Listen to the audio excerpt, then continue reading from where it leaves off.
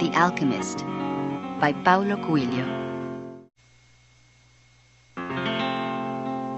The boy's name was Santiago. Dusk was falling as the boy arrived with his herd at an abandoned church. The roof had fallen in long ago, and an enormous sycamore had grown on the spot where the sacristy had once stood. He decided to spend the night there. He saw to it that all the sheep entered through the ruined gate, and then laid some planks across it to prevent the flock from wandering away during the night. He swept the floor with his jacket and lay down, using the book he had just finished reading as a pillow. He told himself that he would have to start reading thicker books. They lasted longer and made more comfortable pillows. It was still dark when he awoke, and looking up, he could see the stars through the half-destroyed roof. I wanted to sleep a little longer, he thought. He had had the same dream that night as a week ago, and once again he had awakened before it ended. He arose and, taking up his crook, began to awaken the sheep that still slept. He had noticed that as soon as he awoke, most of his animals also began to stir. It was as if some mysterious energy bound his life to that of the sheep, with whom he had spent the past 2 years, leading them through the countryside in search of food and water. "They're so used to me that they know my schedule," he muttered. But there were certain of them who took a bit longer to awaken. The boy prodded them one by one with his crook, calling each by name. He had always believed that the sheep were able to understand what he said, so there were times when he read them parts of his books that had made an impression on him, or when he would tell them of the loneliness or the happiness of a shepherd in the fields. Sometimes he would comment to them on the things he had seen in the villages they passed. But for the past few days, he had spoken to them about only one thing: the girl, the daughter of a merchant who lived in the village they would reach in about 4 days. He had been to the village only once, the year before. The merchant was the proprietor of a dry goods shop, and he always demanded that the sheep be sheared in his presence so that he would not be cheated. A friend had told the boy about the shop, and he had taken his sheep there. "I need to sell some wool," the boy told the merchant. The shop was busy, and the man asked the shepherd to wait until the afternoon. So the boy sat on the steps of the shop and took a book from his bag. "I didn't know shepherds knew how to read," said a girl's voice behind him. The girl was typical of the region of Andalusia, with flowing black hair and eyes that vaguely recalled the Moorish conquerors. "Well, usually I learn more from my sheep than from books," he answered. During the 2 hours that they talked, she told him she was the merchant's daughter and spoke of life in the village, where each day was like all the others. The shepherd told her of the Andalusian countryside and related the news from the other towns where he had stopped. It was a pleasant change from talking to his sheep. He went on telling stories about his travels, and her bright Moorish eyes went wide with fear and surprise. As the time passed, the boy found himself wishing that the day would never end, that her father would stay busy and keep him waiting for 3 days. He recognized that he was feeling something he had never experienced before: the desire to live in one place forever. With the girl with the raven hair, his days would never be the same again. And now it was only 4 days before he would be back in that same village. He was excited and at the same time uneasy. Maybe the girl had already forgotten him. Lots of shepherds passed through, selling their wool. "It doesn't matter," he said to his sheep. "I know other girls in other places." But in his heart, he knew that it did matter. And he knew that shepherds, like seamen and traveling salesmen, always found a town where there was someone who could make them forget the joys of carefree wandering. The day was dawning, and the shepherd urged his flock in the direction of the sun. The sheep never had to make any decisions. They were content with just food and water, and in exchange, they generously gave of their wool, their company, and once in a while their meat. "If I became a monster today," thought the boy, "and decided to kill them one by one, they would become aware only after most of the flock had been slaughtered. They trust me. and they've forgotten how to rely on their own instincts because I lead them to nourishment." The boy was surprised at his thoughts. Maybe the church with the sycamore growing from within had been haunted. It had caused him to have the same dream for a second time, and it was causing him to feel anger toward his faithful companions. He drank a bit from the wine that remained from his dinner of the night before, and he gathered his jacket closer to his body. He was grateful for the jacket's weight and warmth. The jacket had a purpose, and so did the boy.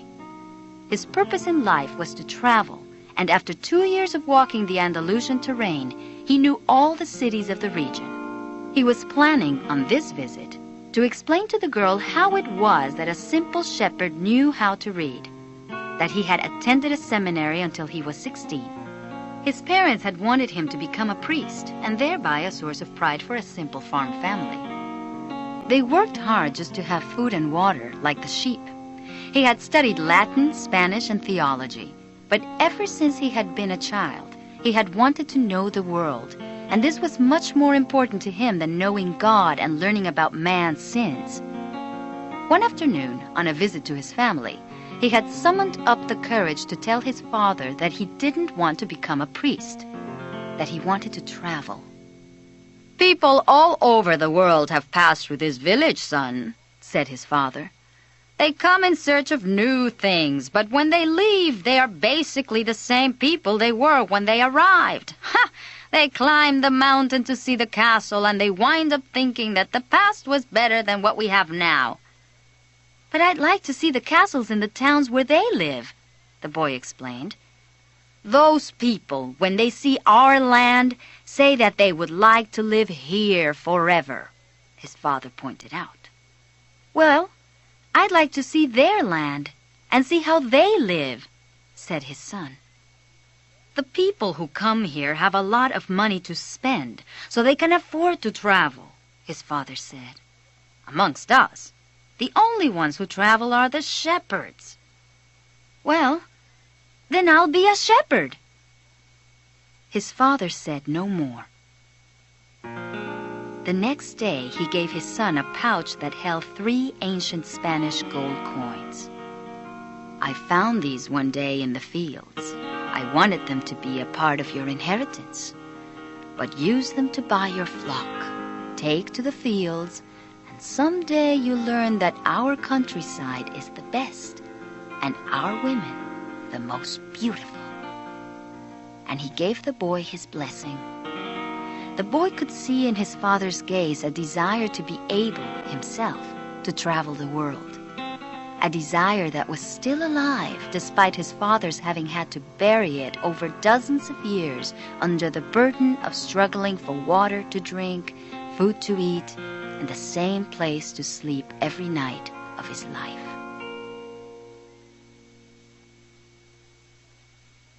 The horizon was tinged with red, and suddenly the sun appeared.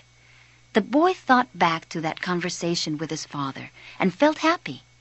He had already seen many castles and met many women, but none the equal of the one who awaited him several days hence. "It's the possibility of having a dream come true that makes life interesting," he thought, as he looked again at the position of the sun and hurried his pace. He had suddenly remembered that in Tarifa there was an old woman who interpreted dreams. The old woman led the boy to a room at the back of her house. The woman sat down and told him to be seated as well. Then she took both of his hands in hers. "Very interesting," she said, never taking her eyes from the boy's hands. And then she fell silent. "I didn't come here to have you read my palm," he said, already regretting having come. "You came so that you could learn about your dreams," said the old woman. "And dreams are the language of God. When he speaks in our language, I can interpret what he has said. But if he speaks in the language of the soul, it is only you who can understand. But whichever it is, I'm going to charge you for the consultation." A trick, the boy thought. But he decided to take a chance. A shepherd always takes his chances with wolves and with drought, and that's what makes a shepherd's life exciting. I have had the same dream twice, he said. I dreamed that I was in a field with my sheep when a child appeared and began to play with the animals. And suddenly, the child took me by the hand and transported me to the Egyptian pyramids. Then, at the Egyptian pyramids, he said the last 3 words slowly so that the old woman would understand. The child said to me, "If you come here, you will find a hidden treasure." But just as the child was about to show me the exact location, I woke up, both times. The woman was silent for some time. Then she again took his hands and studied them carefully. "I'm not going to charge you anything now," she said. "But I want 1/10 of the treasure if you find it." The boy laughed, out of happiness. "Well, interpret the dream," he said. "It's a dream in the language of the world. I can interpret it, but the interpretation is very difficult. That's why I feel that I deserve a part of what you find. This is my interpretation. You must go to the pyramids in Egypt. I have never heard of them, but if it was a child who showed them to you, they exist. There you will find a treasure that will make you a rich man." The boy was surprised, and then irritated. He didn't need to seek out the old woman for this, but then he remembered that he wasn't going to have to pay anything. "I didn't need to waste my time just for this," he said. "I told you that your dream was a difficult one. It's the simple things in life that are the most extraordinary. Only wise men are able to understand them. And since I am not wise, I have had to learn other arts, such as the reading of palms." "Well, how am I going to get to Egypt?" "I only interpret dreams. I don't know how to turn them into reality." "And what if I never get to Egypt?" "Then I don't get paid." It wouldn't be the first time." And the woman told the boy to leave, saying she had already wasted too much time with him. So the boy was disappointed. He decided that he would never again believe in dreams. He went to the market for something to eat. He traded his book for one that was thicker and found a bench in the plaza where he could sample the new wine he had bought. The day was hot and the wine was refreshing. His sheep were at the gates of the city in a stable that belonged to a friend. He decided to wait until the sun had sunk a bit lower in the sky before following his flock back through the fields. 3 days from now, he would be with the merchant's daughter. He started to read the book he had bought. On the very first page, it described a burial ceremony, and the names of the people involved were very difficult to pronounce. If he ever wrote a book, he thought, he would present one person at a time so that the reader wouldn't have to worry about memorizing a lot of names. When he was finally able to concentrate on what he was reading, he liked the book better. The burial was on a snowy day, and he welcomed the feeling of being cold. As he read on, an old man sat down at his side and tried to strike up a conversation.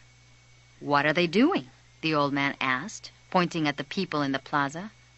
"Working," the boy answered dryly, making it look as if he wanted to concentrate on his reading. But the old man persisted in his attempt to strike up a conversation. He said that he was tired and thirsty and asked if he might have a sip of the boy's wine. The boy offered his bottle, hoping that the old man would leave him alone. But the old man wanted to talk, and he asked the boy what book he was reading.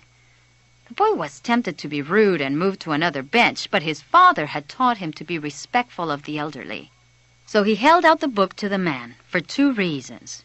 First, that he himself wasn't sure how to pronounce the title, and second, that if the old man didn't know how to read, he would probably feel ashamed and decide of his own accord to change benches. Said the old man, looking at all sides of the book as if it were some strange object. This is an important book, but it's really irritating. The boy was shocked. The old man knew how to read and had already read the book. And if the book was irritating, as the old man had said, the boy still had time to change it for another. It's a book that says the same thing almost all the other books in the world say, continued the old man. It describes people's inability to choose their own destinies, and it ends up saying that everyone believes the world's greatest lie. What's the world's greatest lie? The boy asked, completely surprised. It's this, that at a certain point in our lives, we lose control of what's happening to us, and our lives become controlled by fate. That's the world's greatest lie. That's never happened to me, the boy said. They wanted me to be a priest, but I decided to become a shepherd. Much better, said the old man, because you really like to travel. He knew what I was thinking, the boy said to himself. The boy noticed that the man's clothing was strange. He looked like an Arab, which was not unusual in those parts. Africa was only a few hours from Tarifa. One had only to cross the narrow straits by boat. Where are you from? The boy asked. From many places. No one can be from many places, the boy said.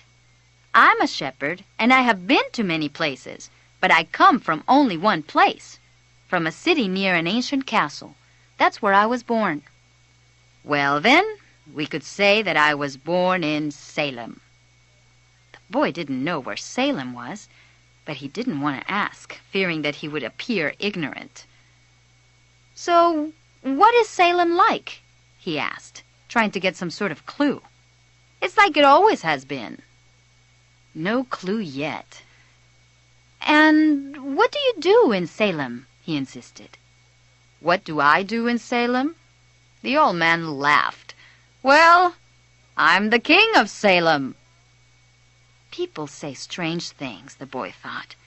Sometimes they say things that are so strange that you don't know how to continue the conversation. My name is Melchizedek, said the old man. How many sheep do you have? Enough, said the boy. He could see that the old man wanted to know more about his life. Well then, we've got a problem. I can't help you if you feel you've got enough sheep. The boy was getting irritated. He wasn't asking for help. It was the old man who had asked for a drink of his wine and had started the conversation. Give me my book, the boy said. I have to go and gather my sheep and get going. Give me 1/10 of your sheep, said the old man, and I'll tell you how to find the hidden treasure. The boy remembered his dream, and suddenly everything was clear to him. The old woman hadn't charged him anything, but the old man, maybe he was her husband, was going to find a way to get much more money in exchange for information about something that didn't even exist. The old man was probably a gypsy, too. But before the boy could say anything, the old man leaned over, picked up a stick, and began to write in the sand of the plaza. Something bright reflected from the old man's chest with such intensity that the boy was momentarily blinded. With a movement that was too quick for someone his age, the man covered whatever it was with his cape. When his vision returned to normal, the boy was able to read what the old man had written in the sand. There, in the sand of the plaza of that small city, the boy read the names of his father and his mother and the name of the seminary he had attended. He read the name of the merchant's daughter, which he hadn't even known, and he read things he had never told anyone. What was going on? Are you really the king of Salem? The boy asked, awed and embarrassed. Why would a king be talking with a shepherd? For several reasons. But let us say that the most important is that you have succeeded in discovering your destiny. The boy didn't know what a person's destiny was. It's what you have always wanted to accomplish. Everyone, when they are young, knows what their destiny is, at that point in their lives, everything is clear and everything is possible. They are not afraid to dream and to yearn for everything they would like to see happen to them in their lives. But as time passes, a mysterious force begins to convince them that it will be impossible for them to realize their destiny. It's a force that appears to be negative, but actually shows you how to realize your destiny. It prepares your spirit and your will because there is one great truth on this planet. Whoever you are, or whatever it is that you do, when you really want something, it's because that desire originated in the soul of the universe. It's your mission on Earth. Even when all you want to do is travel? Or marry the daughter of a textile merchant? Yes. Or even search for treasure. The soul of the world is nourished by people's happiness, and also by unhappiness, envy, and jealousy. To realize one's destiny is a person's only real obligation. All things are one. And when you want something, all the universe conspires in helping you to achieve it. "Why do you tend a flock of sheep?" he asked. "Because I like to travel." The old man pointed to a baker standing in his shop window at one corner of the plaza. When he was a child, that man wanted to travel too. But he decided first to buy his bakery and put some money aside. "He should have decided to become a shepherd," the boy said. "Well, he thought about that," the old man said. "But bakers are more important people than shepherds. Bakers have homes, while shepherds sleep out in the open. Parents would rather see their children marry bakers than shepherds." The boy felt a pang in his heart, thinking about the merchant's daughter. There was surely a baker in her town. The old man continued, "In the long run, what people think about shepherds and bakers becomes more important for them than their own destinies." The old man leafed through the book and fell to reading a page he came to. The boy waited, and then interrupted the old man just as he himself had been interrupted. "Why are you telling me all this?" "Because you are trying to realize your destiny, and you are at the point where you're about to give it all up." "And that's when you always appear on the scene?" "Not always in this way, but I always appear in one form or another. Sometimes I appear in the form of a solution or a good idea. At other times, at a crucial moment, I make it easier for things to happen. There are other things I do too, but most of the time people don't realize I've done them." The boy reminded the old man that he had said something about hidden treasure. "Treasure is uncovered by the force of flowing water, and it is buried by the same currents," said the old man. "If you want to learn about your own treasure, you will have to give me 1/10 of your flock." "What about 1/10 of my treasure?" The old man looked disappointed. "If you start out by promising what you don't even have yet, you'll lose your desire to work toward getting it." The boy told him that he had already promised to give 1/10 of his treasure to the gypsy. "Gypsies are experts at getting people to do that," sighed the old man. "In any case, it's good that you've learned that everything in life has its price. This is what the warriors of the light try to teach." The old man returned the book to the boy. "Tomorrow, at this same time, bring me 1/10 of your flock, and I will tell you how to find the hidden treasure. Good afternoon." And he vanished around the corner of the plaza. The boy began again to read his book, but he was no longer able to concentrate. He was tense and upset because he knew that the old man was right. He began to wander through the city and found himself at the gates. There was a small building there with a window at which people bought tickets to Africa. And he knew that Egypt was in Africa. "Can I help you?" asked the man behind the window. Maybe tomorrow," said the boy, moving away. If he sold just one of his sheep, he'd have enough to get to the other shore of the strait. The idea frightened him. While standing at the ticket window, the boy had remembered his flock and decided he should go back to being a shepherd. He decided to return to his friend's stable by the longest route possible. As he walked past the city's castle, he interrupted his return and climbed the stone ramp that led to the top of the wall. From there, he could see Africa in the distance. Someone had once told him that it was from there that the Moors had come, to occupy all of Spain. He could see almost the entire city from where he sat, including the plaza where he had talked with the old man. Curse the moment I met that old man, he thought. He had come to the town only to find a woman who could interpret his dream. Neither the woman nor the old man were at all impressed by the fact that he was a shepherd. They were solitary individuals who no longer believed in things and didn't understand that shepherds become attached to their sheep. He knew everything about each member of his flock. He knew which ones were lame, which one was to give birth 2 months from now, and which were the laziest. He knew how to shear them and how to slaughter them. If he ever decided to leave them, they would suffer. The wind began to pick up. He knew that wind. People called it the Levanter, because on it the Moors had come from the Levant at the eastern end of the Mediterranean. The Levanter increased in intensity. Here I am, between my flock and my treasure, the boy thought. He had to choose between something he had become accustomed to and something he wanted to have. There was also the merchant's daughter, but she wasn't as important as his flock because she didn't depend on him. Maybe she didn't even remember him. He was sure that it made no difference to her on which day he appeared. For her, every day was the same.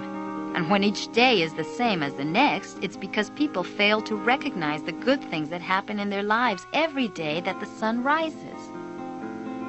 The boy thought, I left my father, my mother, and the town castle behind.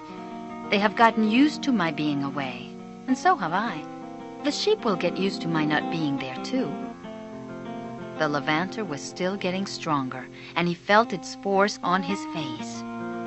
That wind had brought the Moors, yes, but it had also brought the smell of the desert and of veiled women. It had brought with it the sweat and the dreams of men who had once left to search for the unknown and for gold and adventure and for the pyramids. The boy felt jealous of the freedom of the wind and saw that he could have the same freedom. There was nothing to hold him back except himself. The sheep, the merchant's daughter, and the fields of Andalusia were only steps along the way to his destiny.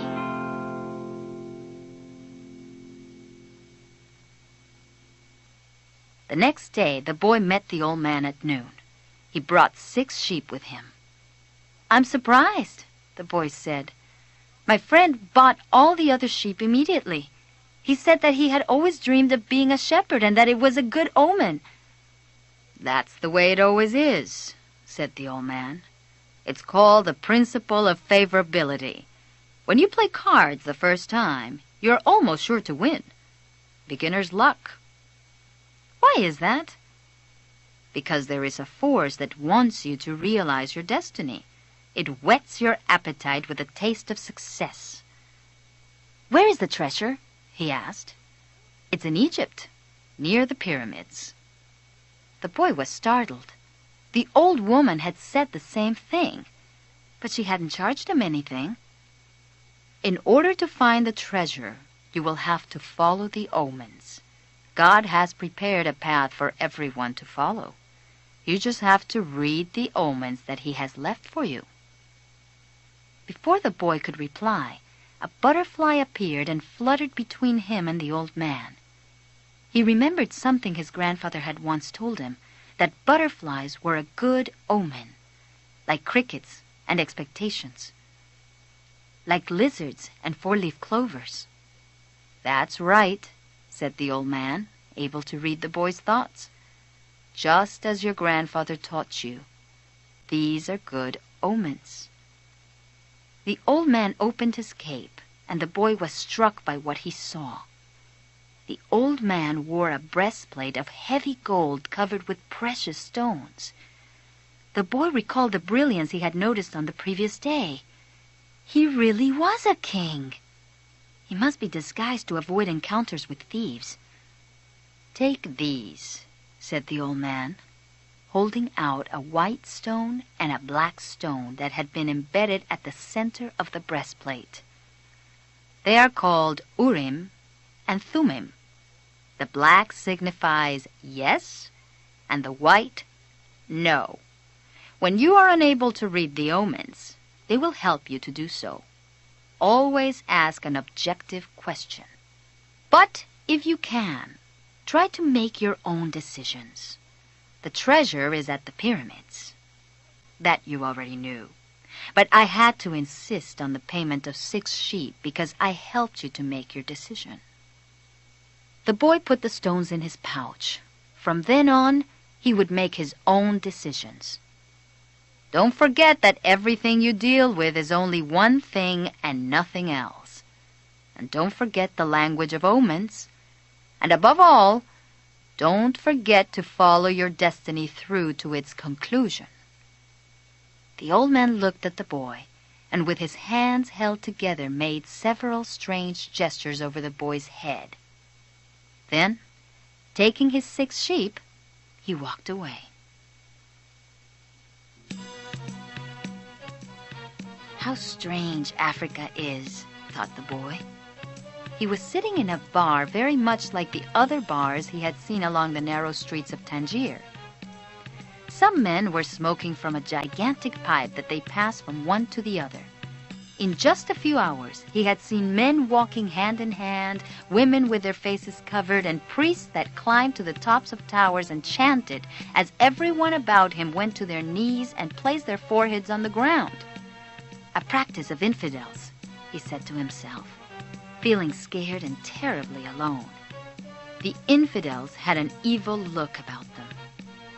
Besides this, in the rush of his travels, he had forgotten a detail, just one detail, which could keep him from his treasure for a long time. Only Arabic was spoken in this country. The owner of the bar approached him, and the boy pointed to a drink that had been served at the next table. It turned out to be a bitter tea. The boy preferred wine. But he didn't need to worry about that right now. What he had to be concerned about was his treasure, and how he was going to go about getting it. The sale of his sheep had left him with enough money in his pouch, and the boy knew that in money there was magic. Whoever has money is never really alone. Before long, maybe in just a few days, he would be at the pyramids. An old man with a breastplate of gold wouldn't have lied just to acquire 6 sheep. The old man had spoken about signs and omens, and as the boy sipped his tea, he thought about omens. The tea seemed less bitter. "Who are you?" he heard a voice ask him in Spanish. The boy was relieved. He was thinking about omens, and someone had appeared. "How come you speak Spanish?" he asked. The new arrival was a young man in Western dress, but the color of his skin suggested he was from this city. He was about the same age and height as the boy. "Almost everyone here speaks Spanish," he said. "We're only 2 hours from Spain." The boy told him then that he needed to get to the pyramids. He almost began to tell about his treasure, but decided not to do so. If he did, it was possible that the Arab would want a part of it as payment for taking him there. He remembered what the old man had said about offering something you didn't even have yet. "I'd like you to take me to the pyramids if you can. I can pay you to serve as my guide." "Do you have any idea how to get there?" the newcomer asked. The boy noticed that the owner of the bar stood nearby, listening attentively to their conversation. He felt uneasy at the man's presence, but he had found a guide and didn't want to miss out on an opportunity. "You have to cross the entire Sahara Desert," said the young man, "and to do that you need money. I need to know whether you have enough." The boy thought it a strange question, but he trusted in the old man who had said that when you really want something, the universe always conspires in your favor. He took his money from his pouch and showed it to the young man. The owner of the bar came over and looked as well. The two men exchanged some words in Arabic, and the bar owner seemed irritated. "Let's get out of here," said the new arrival. "He wants us to leave." The boy was relieved. He got up to pay the bill, but the owner grabbed him and began to speak to him in an angry stream of words. The boy was strong and wanted to retaliate, but he was in a foreign country. His new friend pushed the owner aside and pulled the boy outside with him. "He wanted your money," he said. "Tangier is not like the rest of Africa. This is a port, and every port has its thieves." The boy trusted his new friend. He had helped him out in a dangerous situation. He took out his money and counted it. "We could get to the pyramids by tomorrow," said the other, taking the money. "But I have to buy 2 camels." They walked together through the narrow streets of Tangier. Everywhere there were stalls with items for sale. They reached the center of a large plaza where the market was held. There were thousands of people there, arguing, selling, and buying. There were vegetables for sale amongst daggers and carpets displayed alongside tobacco. But the boy never took his eye off his new friend. After all, he had all his money. He thought about asking him to give it back, but decided that would be unfriendly. He knew nothing about the customs of the strange land he was in. "I'll just watch him," he said to himself. He knew he was stronger than his new friend. Suddenly, there in the midst of all that confusion, the boy saw the most beautiful sword he had ever seen. The scabbard was embossed in silver, and the handle was black and encrusted with precious stones. The boy promised himself that when he returned from Egypt, he would buy that sword. "Ask the owner of that stall how much the sword costs," he said to his friend. Then he realized that he had been distracted for a few moments looking at the sword. His heart squeezed as if his chest had suddenly compressed it. All around him was the market with people coming and going, shouting and buying, and the aroma of strange foods. But nowhere could he find his new companion. The boy wanted to believe that his friend had simply become separated from him by accident. He decided to stay right there and await his return. As he waited, a priest climbed to the top of a nearby tower and began his chant.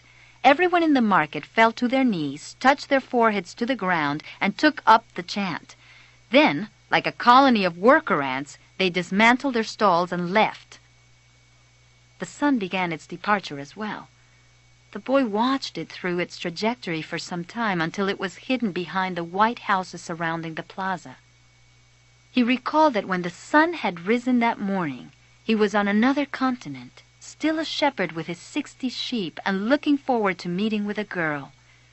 That morning he had known everything that was going to happen to him as he walked through the familiar fields. But now, as the sun began to set, he was in a different country, a stranger in a strange land where he couldn't even speak the language. He was no longer a shepherd, and he had nothing, not even the money to return and start everything over. All this happened between sunrise and sunset, the boy thought. He was feeling sorry for himself and lamenting the fact that his life could have changed so suddenly and drastically. He was so ashamed that he wanted to cry. He had never even wept in front of his own sheep. But the marketplace was empty, and he was far from home, so he wept. He wept because God was unfair, and because this was the way God repaid those who believed in their dreams. He thought, when I had my sheep, I was happy, and I made those around me happy. People saw me coming and welcomed me, but now I'm sad and alone. I'm going to become bitter and distrustful of people because one person betrayed me. I'm going to hate those who have found their treasure because I never found mine. And I'm going to hold on to what little I have because I'm too insignificant to conquer the world. He opened his pouch to see what was left of his possessions. Maybe there was a bit left of the sandwich he had eaten on the ship. But all he found was the heavy book, his jacket, and the 2 stones the old man had given him. As he looked at the stones, he felt relieved for some reason. He had exchanged 6 sheep for 2 precious stones that had been taken from a gold breastplate. He could sell the stones and buy a return ticket. But this time I'll be smarter, the boy thought, removing them from the pouch so he could put them in his pocket. This was a port town, and the only truthful thing his friend had told him was that port towns are full of thieves. Now he understood why the owner of the bar had been so upset. He was trying to tell him not to trust that man. I'm like everyone else, he thought. I see the world in terms of what I would like to see happen, not what actually does. He ran his fingers slowly over the stones, sensing their temperature and feeling their surfaces. They were his treasure. Just handling them made him feel better. They reminded him of the old man. When you want something, all the universe conspires in helping you to achieve it, he had said. The boy was trying to understand the truth of what the old man had said.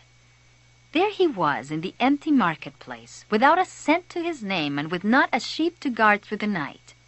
But the stones were proof that he had met with a king who knew of the boy's past.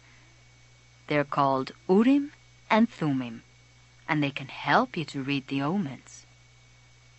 The boy put the stones back in the pouch and decided to do an experiment. The old man had said to ask very clear questions, and to do that the boy had to know what he wanted. So he asked if the old man's blessing was still with him. He took out one of the stones. It was yes. Am I going to find my treasure? He asked. He stuck his hand into the pouch and felt around for one of the stones. As he did so, both of them pushed through a hole in the pouch and fell to the ground. The boy had never even noticed that there was a hole in the pouch. He knelt down to find Urim and Thummim and put them back in the pouch. But as he saw them lying there on the ground, another phrase came to his mind. Learn to recognize omens and follow them, the old king had said. An omen! The boy smiled to himself. He picked up the 2 stones and put them back in his pouch. He didn't consider mending the hole. The stones could fall through any time they wanted. He had learned that there were certain things one shouldn't ask about, so as not to flee from one's own destiny. I promised that I would make my own decisions, he said to himself. But the stones had told him that the old man was still with him, and that made him feel more confident. He looked around at the empty plaza again, feeling less desperate than before. This wasn't a strange place. It was a new one. He realized that he had to choose between thinking of himself as the poor victim of a thief and as an adventurer in quest of his treasure. I'm an adventurer looking for treasure, he said to himself.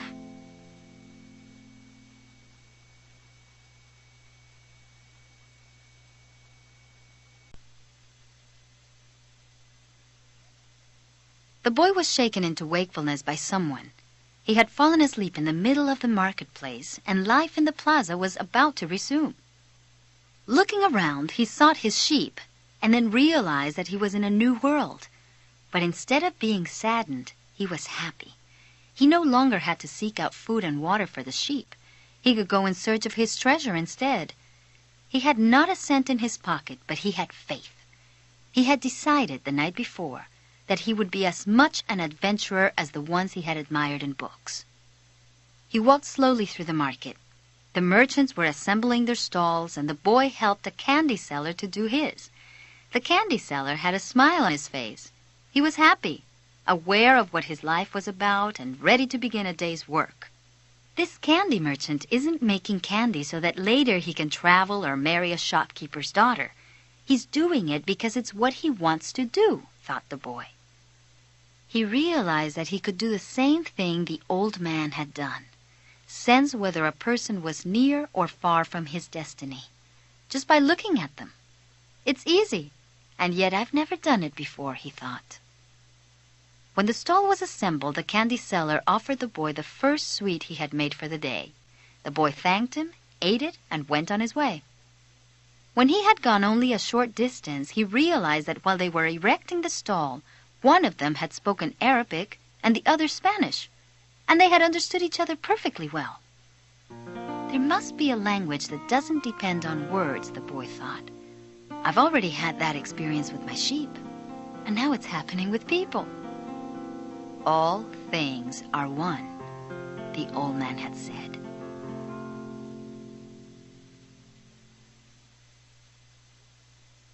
The crystal merchant awoke with the day and felt the same anxiety that he felt every morning. He had been in the same place for 30 years, a shop at the top of a hilly street where few customers passed. Now it was too late to change anything. The only thing he had ever learned to do was to buy and sell crystal glassware. There had been a time when many people knew of his shop. Arab merchants, French and English geologists, German soldiers who were always well-heeled. In those days it had been wonderful to be selling crystal, and he had thought how he would become rich and have beautiful women at his side as he grew older. But as time passed, Tangier had changed. The nearby city of Ceuta had grown faster than Tangier, and business had fallen off. Neighbors moved away, and there remained only a few small shops on the hill. And no one was going to climb the hill just to browse through a few small shops. He spent the entire morning observing the infrequent comings and goings in the street. He had done this for years and knew the schedule of everyone who passed. But just before lunchtime, a boy stopped in front of the shop. He was dressed normally, but the practiced eyes of the crystal merchant could see that the boy had no money to spend. Nevertheless, the merchant decided to delay his lunch for a few minutes until the boy moved on. A card hanging in the doorway announced that several languages were spoken in the shop. The boy saw a man appear behind the counter. "I can clean up the glasses in the window if you want," said the boy. "The way they look now, nobody's going to want to buy them." The man looked at him without responding. "In exchange, you could give me something to eat." The man still said nothing, and the boy sensed that he was going to have to make a decision. In his pouch he had his jacket. He certainly wasn't going to need it in the desert. Taking the jacket out, he began to clean the glasses. In half an hour he had cleaned all the glasses in the window, and as he was doing so, 2 customers had entered the shop and bought some crystal. When he had completed the cleaning, he asked the man for something to eat. "Let's go and have some lunch," said the crystal merchant. He put a sign on the door, and they went to a small cafe nearby. As they sat down at the only table in the place, the crystal merchant laughed. "You didn't have to do any cleaning," he said. "The Koran requires me to feed a hungry person." "Well, then why did you let me do it?" the boy asked. "Because the crystal was dirty, and both you and I needed to cleanse our minds of negative thoughts." When they had eaten, the merchant turned to the boy and said, "I'd like you to work in my shop. 2 customers came in today while you were working, and that's a good omen." People talk a lot about omens, thought the shepherd, but they really don't know what they're saying. Just as I hadn't realized that for so many years I had been speaking a language without words to my sheep. "Do you want to go to work for me?" the merchant asked. "I can work for the rest of today," the boy answered. "I'll work all night until dawn, and I'll clean every piece of crystal in your shop. And in return, I need money to get to Egypt tomorrow." The merchant laughed. "Even if you clean my crystal for an entire year, even if you earned a good commission selling every piece, you would still have to borrow money to get to Egypt. There are thousands of kilometers of desert between here and there." There was a moment of silence so profound that it seemed the city was asleep. No sound from the bazaars, no arguments among the merchants, no men climbing to the towers to chant. No hope, no adventure, no old kings or destinies, no treasure, and no pyramids. It was as if the world had fallen silent because the boy's soul had. The merchant looked anxiously at the boy. All the joy he had seen that morning had suddenly disappeared.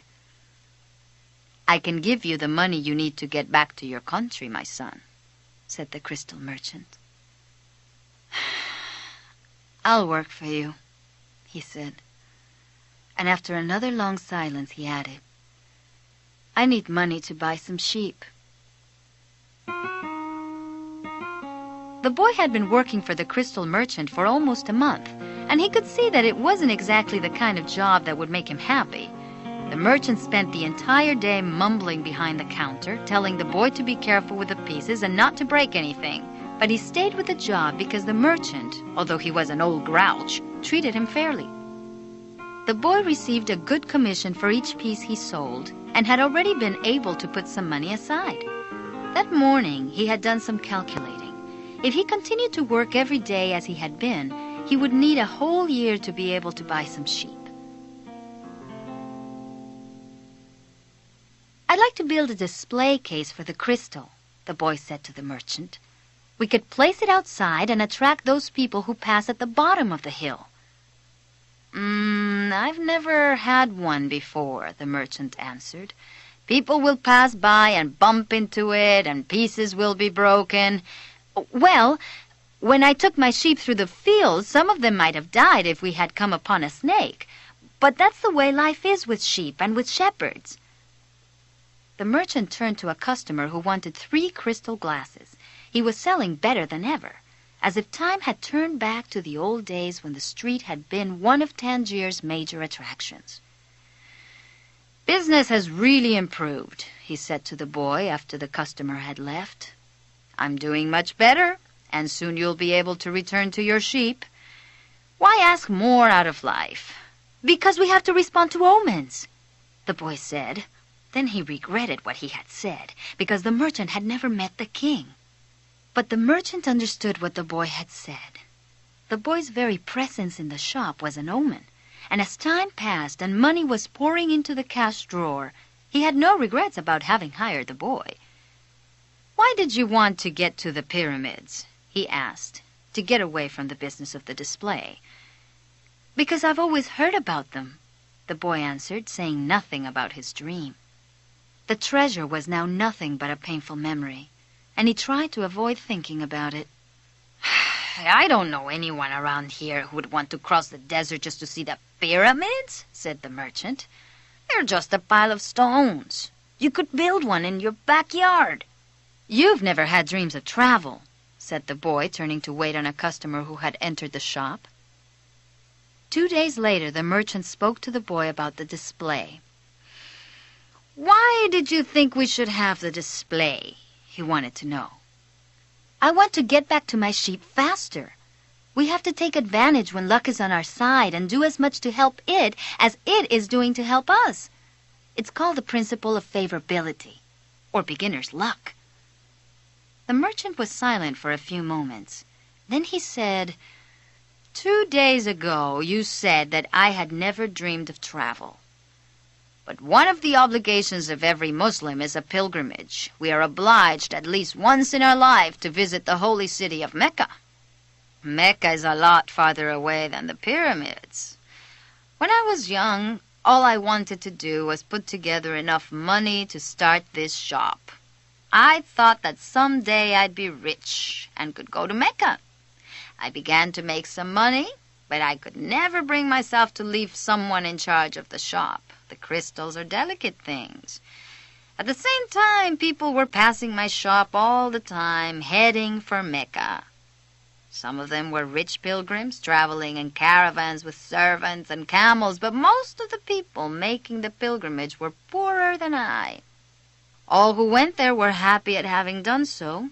They placed the symbols of the pilgrimage on the doors of their houses.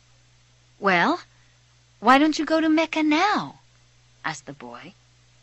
"Because it's the thought of Mecca that keeps me alive. That's what helps me face these days that are all the same. These mute crystals on the shelves and lunch and dinner at that same horrible cafe. You dream about your sheep and the pyramids, but you're different from me because you want to realize your dreams. I just want to dream about Mecca." That day, the merchant gave the boy permission to build a display. Not everyone can see his dreams come true in the same way. 2 more months passed, and the shelf brought many customers into the crystal shop. The boy estimated that if he worked for 6 more months, he could return to Spain and buy 60 sheep and yet another 60.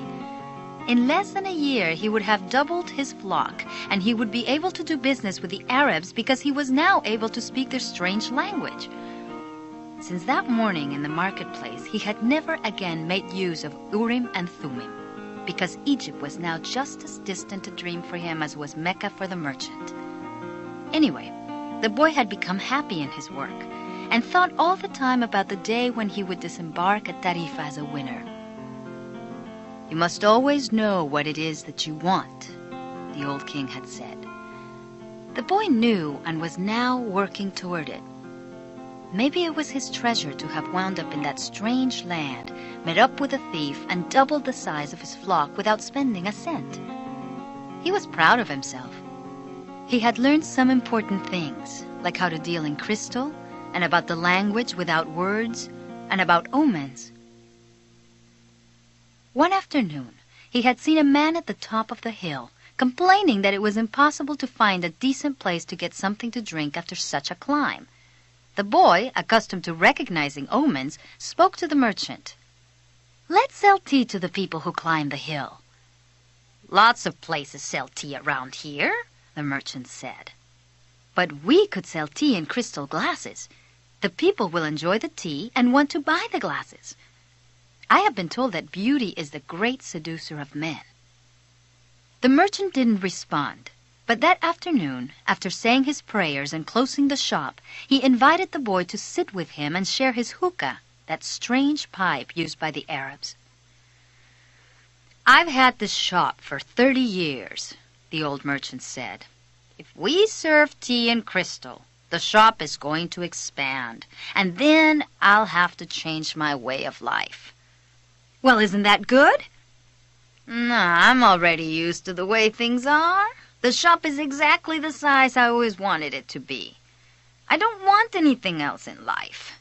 But you are forcing me to look at wealth and at the horizons I have never known. Now that I have seen them, and now that I see how immense my possibilities are, I'm going to feel worse than I did before you arrived. Because I know the things I should be able to accomplish, and I don't want to do so." They went on smoking the pipe for a while as the sun began to set. "Maktoba," the merchant said finally. "What does that mean?" "Oh, you would have to have been born an Arab to understand," he answered. "But in your language it would be something like, it is written." And as he smothered the coals in the hookah, he told the boy that he could begin to sell tea in the crystal glasses. Sometimes there's just no way to hold back the river.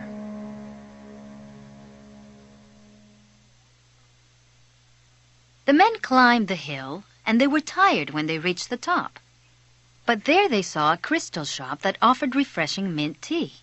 They went in to drink the tea, which was served in beautiful crystal glasses. "My wife never thought of this," said one, and he bought some crystal. He was entertaining guests that night, and the guests would be impressed by the beauty of the glassware. A second man remarked that tea was always more delicious when it was served in crystal, because the aroma was retained. Before long, the news spread, and a great many people began to climb the hill to see the shop that was doing something new in a trade that was so old.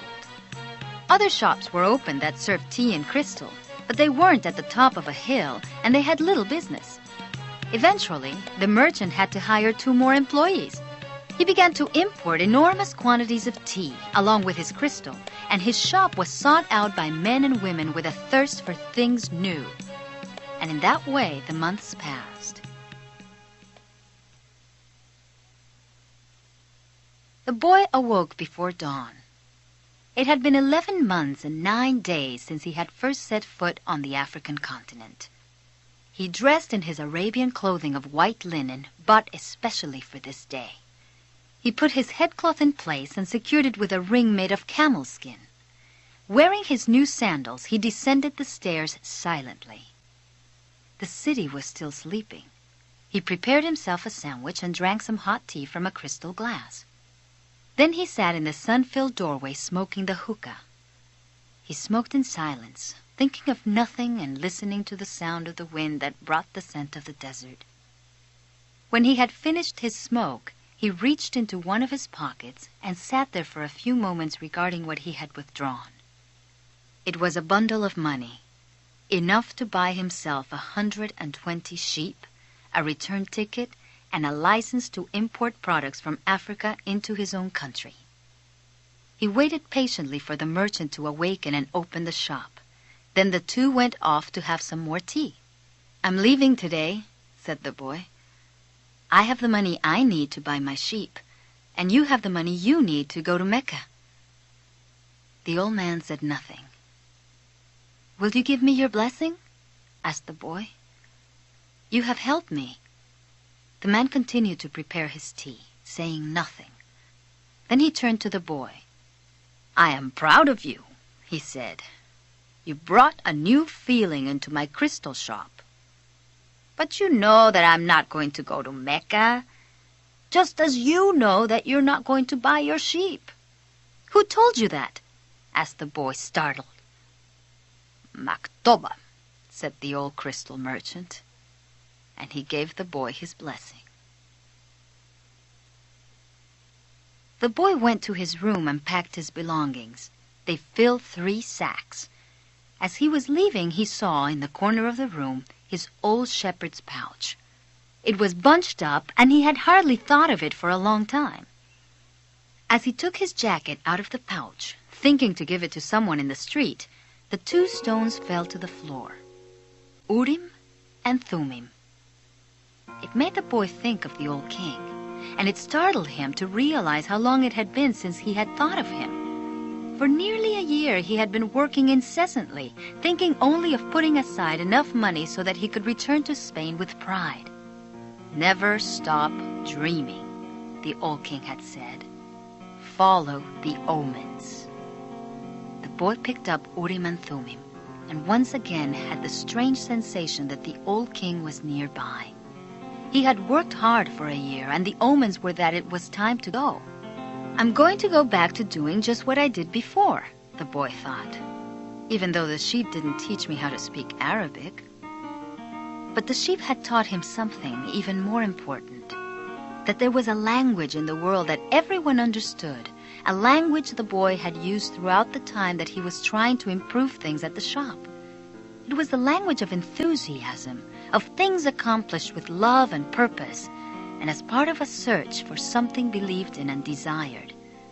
Tangier was no longer a strange city, and he felt that just as he had conquered this place, he could conquer the world. When you want something, all the universe conspires to help you achieve it, the old king had said. But the old king hadn't said anything about being robbed, or about endless deserts, or about people who know what their dreams are but don't want to realize them. The old king hadn't told him that the pyramids were just a pile of stones, or that anyone could build one in his backyard.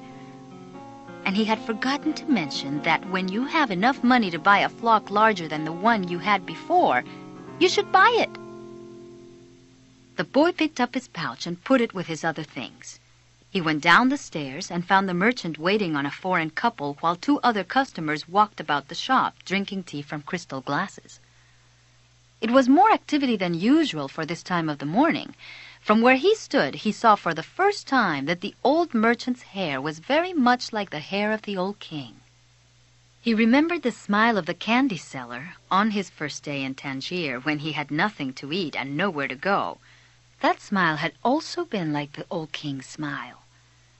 It's almost as if he had been here and left his mark, he thought. And yet, none of these people has ever met the old king. On the other hand, he said that he always appeared to help those who are trying to realize their destiny. He left without saying goodbye to the crystal merchant. He didn't want to cry with the other people there. He was going to miss the place, and all the good things he had learned. He was more confident in himself, though, and felt as though he could conquer the world. "But I'm going back to the fields that I know to take care of my flock again." He said that to himself with certainty, but he was no longer happy with his decision. He had worked for an entire year to make a dream come true, and that dream, minute by minute, was becoming less important. Maybe because that wasn't really his dream. Who knows? Maybe it's better to be like the crystal merchant. Never go to Mecca, and just go through life wanting to do so, the boy thought, again trying to convince himself. But as he held Urim and Thummim in his hand, they had transmitted to him the strength and the will of the old king. By coincidence, or maybe it was an omen, the boy came to the bar he had entered on his first day there. The thief wasn't there, and the owner brought him a cup of tea. I can always go back to being a shepherd, the boy thought. I learned how to care for sheep, and I haven't forgotten how that's done. But maybe I'll never have another chance to get to the pyramids in Egypt. The old man wore a breastplate of gold, and he knew about my past. He really was a king, a wise king. The hills of Andalusia were only 2 hours away, but there was an entire desert between him and the pyramids. Yet the boy felt that there was another way to regard his situation. He was actually 2 hours closer to his treasure. The fact that the 2 hours had stretched into an entire year didn't matter. He suddenly felt tremendously happy. He could always go back to being a shepherd. He could always become a crystal salesman again. Maybe the world had other hidden treasures, but he had a dream, and he had met with a king. That doesn't happen to just anyone. He was planning as he left the bar. He had remembered that one of the crystal merchant suppliers transported his crystal by means of caravans that crossed the desert. He held Urim and Thummim in his hand. Because of those 2 stones, he was once again on the way to his treasure. "I am always nearby when someone wants to realize their destiny," the old king had told him. What could it cost to go over to the supplier's warehouse and find out if the pyramids were really that far away?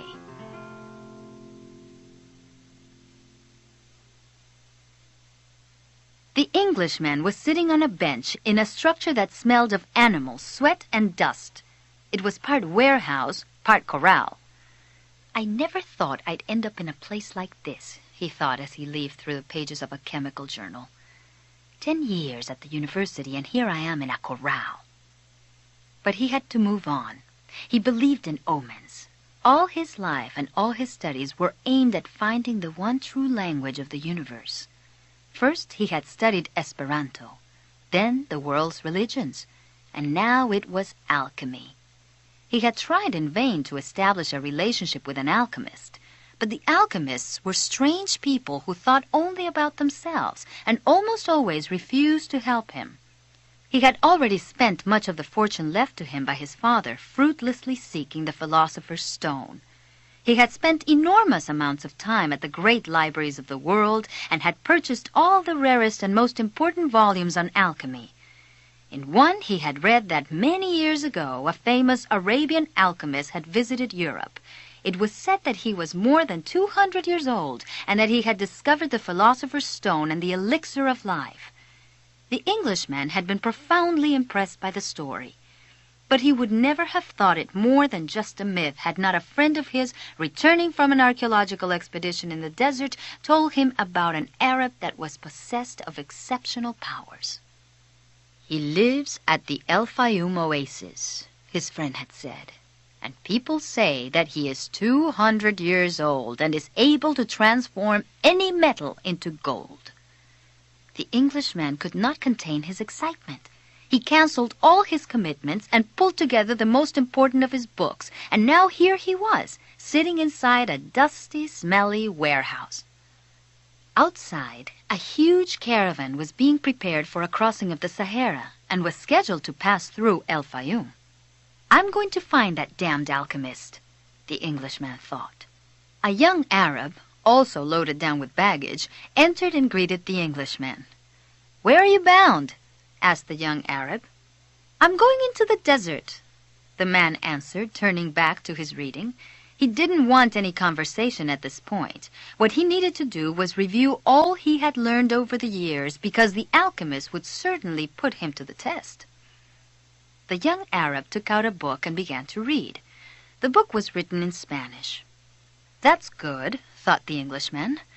He spoke Spanish better than Arabic, and if this boy was going to El Fayum, there would be someone to talk to when there were no other important things to do. "That's strange," the boy thought as he tried once again to read the burial scene that began the book. "I've been trying for 2 years to read this book, and I never get past these first few pages." Even without a king to provide an interruption, he was unable to concentrate. He still had some doubts about the decision he had made, but he was able to understand one thing. Making a decision was only the beginning of things. When someone makes a decision, he is really diving into a strong current that will carry him to places he had never dreamed of when he first made the decision.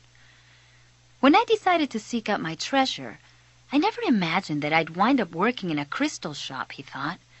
And joining this caravan may have been my decision. But where it goes is going to be a mystery to me. Nearby was the Englishman, reading a book. He seemed unfriendly and had looked irritated when the boy had entered. They might even have become friends, but the Englishman closed off the conversation. The boy closed his book. He took Urim and Thummim from his pocket and began playing with them. The stranger shouted, "Urim and Thummim!" In a flash, the boy put them back in his pocket. "They're not for sale," he said. "They're not worth much," the Englishman answered. "They're only made of rock crystal, and there are millions of rock crystals in the earth. But those who know about such things would know that those are Urim and Thummim. I didn't know that they had them in this part of the world." "They were given to me as a present by a king," the boy said. The stranger didn't answer. Instead, he put his hand in his pocket and took out 2 stones that were the same as the boy's. "Did you say a king?" he asked. "I guess you don't believe that a king would talk to someone like me, a shepherd," the boy said, wanting to end the conversation. "Not at all. It was shepherds who were the first to recognize a king that the rest of the world refused to acknowledge." And he went on, fearing that the boy wouldn't understand what he was talking about. "It's in the Bible, the same book that taught me about Urim and Thummim. These stones were the only form of divination permitted by God. The priests carried them in a golden breastplate." The boy was suddenly happy to be there at the warehouse. "Maybe this is an omen," said the Englishman, half aloud. "Who told you about omens?" "Everything in life is an omen," said the Englishman, now closing the journal he was reading. "There is a universal language understood by everybody, but already forgotten. I am in search of that universal language, among other things. That's why I'm here. I have to find a man who knows that universal language, an alchemist." The conversation was interrupted by the warehouse boss. "You're in luck, you two," the fat Arab said. "There's a caravan leaving today for El Fayum." "But I'm going to Egypt," the boy said. "El Fayum is in Egypt," said the Arab. "What kind of an Arab are you?" "That's a good luck omen," the Englishman said after the fat Arab had gone out. "If I could, I'd write a huge encyclopedia just about the words luck and coincidence. It's with those words that the universal language is written." He told the boy it was no coincidence that he had met him with Urim and Thummim in his hand, and he asked the boy if he, too, were in search of the alchemist. "I'm looking for a treasure," said the boy, and he immediately regretted having said it. But the Englishman appeared not to attach any importance to it. "In a way, so am I," he said. "I don't even know what alchemy is," the boy was saying when the warehouse boss called to them to come outside. "I'm the leader of the caravan," said a dark-eyed, bearded man. I hold the power of life and death for every person I take with me. The desert is a capricious lady, and sometimes she drives men crazy." There were almost 200 people gathered there, and 400 animals, camels, horses, mules, and fowl. In the crowd were women, children, and a number of men with swords at their belts and rifles slung on their shoulders. The Englishman had several suitcases filled with books. "There are a lot of different people here, and each has his own God. But the only God I serve is Allah, and in His name I swear that I will do everything possible once again to win out over the desert. But I want each and every one of you to swear by the God you believe in that you will follow my orders no matter what. In the desert, disobedience means death." There was a murmur from the crowd. Each was swearing quietly to his or her own God. The boy swore to Jesus Christ. The Englishman said nothing, and the murmur lasted longer than a simple vow would have. The people were also praying to heaven for protection. A long note was sounded on a bugle, and everyone mounted up. The boy and the Englishman had bought camels and climbed uncertainly onto their backs. The boy felt sorry for the Englishman's camel, loaded down as he was with the cases of books. "There's no such thing as coincidence," said the Englishman, picking up the conversation where it had been interrupted in the warehouse. "I'm here because a friend of mine heard of an Arab who—" But the caravan began to move, and it was impossible to hear what the Englishman was saying. The boy knew what he was about to describe, though. The mysterious chain that links one thing to another. The same chain that had caused him to become a shepherd, that had caused his recurring dream, that had brought him to a city near Africa to find a king and to be robbed. The closer one gets to realizing his destiny, the more that destiny becomes his true reason for being, thought the boy. The caravan moved toward the east. It traveled during the morning, halted when the sun was at its strongest, and resumed late in the afternoon. The boy spoke very little with the Englishman, who spent most of his time with his books. The boy observed in silence the progress of the animals and people across the desert. Now, everything was quite different from how it was that day they had set out. Then there had been confusion and shouting, the cries of children and the whinnying of animals, all mixed with the nervous orders of the guides and the merchants. But in the desert, there was only the sound of the eternal wind and of the hoofbeats of the animals. Even the guides spoke very little to one another. "I've crossed these sands many times," said one of the camel drivers one night. "But the desert is so huge and the horizon so distant that they make a person feel small, as if he should remain silent." The boy understood intuitively what the camel driver meant, even without ever having set foot in the desert before. Whenever he saw the sea or a fire, he felt silent, impressed by their elemental force. "I've learned things from the sheep, and I've learned things from crystal," he thought. "I can learn something from the desert, too. It seems old and wise." The wind never stopped, and the boy remembered the day he had sat at the fort in Tarifa with this same wind blowing in his face. It reminded him of the wool from his sheep who were now seeking food and water in the fields of Andalusia as they always had. "They're not my sheep anymore," he said to himself without nostalgia. "They must be used to their new shepherd and have probably already forgotten me. That's good. Creatures like the sheep that are used to traveling know about moving on."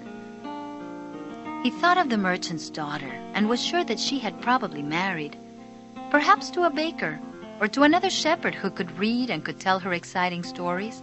After all, he probably wasn't the only one. But he was excited at his intuitive understanding of the camel driver's comment. Maybe he was also learning the universal language that deals with the past and the present of all people. Hunches, his mother used to call them. The boy was beginning to understand that intuition is really a sudden immersion of the soul into the universal current of life, where the histories of all people are connected and we are able to know everything because it's all written there. Maktob, the boy said, remembering the crystal merchant. The desert was all sand in some stretches and rocky in others. When the caravan was blocked by a boulder, it had to go around it. If there was a large rocky area, they had to make a major detour. In some places, the ground was covered with the salt of dried-up lakes. The animals balked at such places, and the camel drivers were forced to dismount and unburden their charges. The drivers carried the freight themselves over such treacherous footing and then reloaded the camels. But all this happened for one basic reason. No matter how many detours and adjustments it made, the caravan moved toward the same compass point. Once obstacles were overcome, it returned to its course, sighting on a star that indicated the location of the oasis. When the people saw that star shining in the morning sky, they knew that they were on the right course toward water, palm trees, shelter, and other people. Sometimes their caravan met with another. One always had something that the other needed, as if everything were indeed written by one hand. As they sat around the fire, the camel drivers exchanged information about windstorms and told stories about the desert. At other times, mysterious hooded men would appear. They were Bedouins who did surveillance along the caravan route. They provided warnings about thieves and barbarian tribes. They came in silence and departed the same way, dressed in black garments that showed only their eyes. One night, a camel driver came to the fire where the Englishman and the boy were sitting. "There are rumors of tribal wars," he told them. The three fell silent. The boy noted that there was a sense of fear in the air, even though no one said anything. Once again he was experiencing the language without words, the universal language. The Englishman asked if they were in danger. "Once you get into the desert, there's no going back," said the camel driver. "And when you can't go back, you have to worry only about the best way of moving forward. The rest is up to Allah, including the danger." And he concluded by saying the mysterious word, Maktub. "You should pay more attention to the caravan," the boy said to the Englishman after the camel driver had left. "We make a lot of detours, but we're always heading for the same destination." "And you ought to read more about the world," answered the Englishman. "Books are like caravans in that respect." The immense collection of people and animals began to travel faster. The days had always been silent, but now even the nights, when the travelers were accustomed to talking around the fires, had also become quiet. And one day the leader of the caravan made the decision that the fire should no longer be lighted, so as not to attract attention to the caravan. The travelers adopted the practice of arranging the animals in a circle at night, sleeping together in the center as protection against the nocturnal cold, and the leader posted armed sentinels at the fringes of the group. The Englishman was unable to sleep one night. He called to the boy, and they took a walk along the dunes surrounding the encampment. There was a full moon, and the boy told the Englishman the story of his life. The Englishman was fascinated with the part about the progress achieved at the crystal shop after the boy began working there. "That's the principle that governs all things," he said. "In alchemy, it's called the soul of the world. When you want something with all your heart, that's when you are closest to the soul of the world. It's always a positive force." He also said that this was not just a human gift, that everything on the face of the earth had a soul, whether mineral, vegetable, or animal, or even just a simple thought. Everything on earth is being continuously transformed because the earth is alive and it has a soul. We are part of that soul, so we rarely recognize that it is working for us. But in the crystal shop, you probably realize that even the glasses were collaborating in your success. The boy thought about that for a while as he looked at the moon and the bleached sands. "I have watched the caravan as it crossed the desert," he said. The caravan and the desert speak the same language, and it's for that reason that the desert allows the crossing. It's going to test the caravan's every step to see if it's in time, and if it is, we will make it to the oasis. The Englishman said, "I'd better pay more attention to the caravan." "And I'd better read your books," said the boy. They were strange books. They spoke about Mercury, salt, dragons, and kings, and he didn't understand any of it. But there was one idea that seemed to repeat itself throughout all the books. All things are the manifestation of one thing only. In one of the books, he learned that the most important text in the literature of alchemy contained only a few lines and had been inscribed on the surface of an emerald. "It's the emerald tablet," said the Englishman, proud that he might teach something to the boy. "Well then, why do we need all these books?" the boy asked. "So that we can understand those few lines," the Englishman answered, without appearing really to believe what he had said. The book that most interested the boy told the stories of the famous alchemists. They were men who had dedicated their entire lives to the purification of metals in their laboratories. They believed that if a metal were heated for many years, it would free itself of all its individual properties, and what was left would be the soul of the world. This soul of the world allowed them to understand anything on the face of the earth, because it was the language with which all things communicated. They called that discovery the master work. It was part liquid and part solid. "Can't you just observe men and omens in order to understand the language?" the boy asked. "You have a mania for simplifying everything," answered the Englishman, irritated. "Alchemy is a serious discipline. Every step has to be followed exactly as it was followed by the masters." The boy learned that the liquid part of the master work was called the elixir of life, and that it cured all illnesses. It also kept the alchemists from growing old. And the solid part was called the philosopher's stone. "It's not easy to find the philosopher's stone," said the Englishman. "The alchemists spent years in their laboratories observing the fire that purified the metals. They spent so much time close to the fire that gradually they gave up the vanities of the world. They discovered that the purification of the metals had led to a purification of themselves."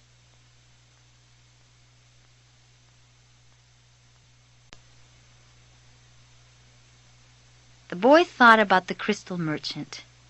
He had said that it was a good thing for the boy to clean the crystal pieces so that he could free himself from negative thought. "Also," said the Englishman, "the philosopher's stone has a fascinating property. A small sliver of the stone can transform large quantities of metal into gold." Having heard that, the boy became even more interested in alchemy. He thought that, with some patience, he'd be able to transform everything into gold. He read the lives of the various people who had succeeded in doing so: Helvetius, Elias, Fulcanelli, and Geber. They were fascinating stories. Each of them lived out his destiny to the end. They traveled, spoke with wise men, performed miracles for the incredulous, and owned the philosopher's stone and the elixir of life. But when the boy wanted to learn how to achieve the master work, he became completely lost. They were just drawings, coded instructions, and obscure texts. "Why do they make things so complicated?" he asked the Englishman one night. "So that those who have the responsibility for understanding can understand," he said. "Imagine if everyone went around transforming lead into gold.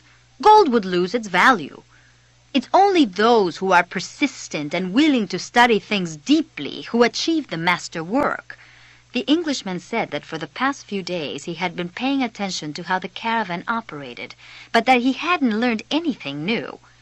The only thing he had noticed was that talk of war was becoming more and more frequent. One day the boy returned the books to the Englishman. "Did you learn anything?" the Englishman asked, eager to hear what it might be. He needed someone to talk to so as to avoid thinking about the possibility of war. I learned that the world has a soul, and that whoever understands that soul can also understand the language of things. I learned that many alchemists realized their destinies and wound up discovering the soul of the world, the philosopher's stone, and the elixir of life. But above all, I learned that these things are all so simple that they could be written on the surface of an emerald. The boy went back to contemplating the silence of the desert and the sand raised by the animals. Everyone has his or her own way of learning things, he said to himself. His way isn't the same as mine, nor mine as his, but we're both in search of our destinies, and I respect him for that.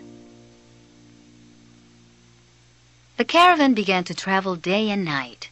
The hooded Bedouins reappeared more and more frequently, and the camel driver, who had become a good friend of the boys, explained that the war between the tribes had already begun.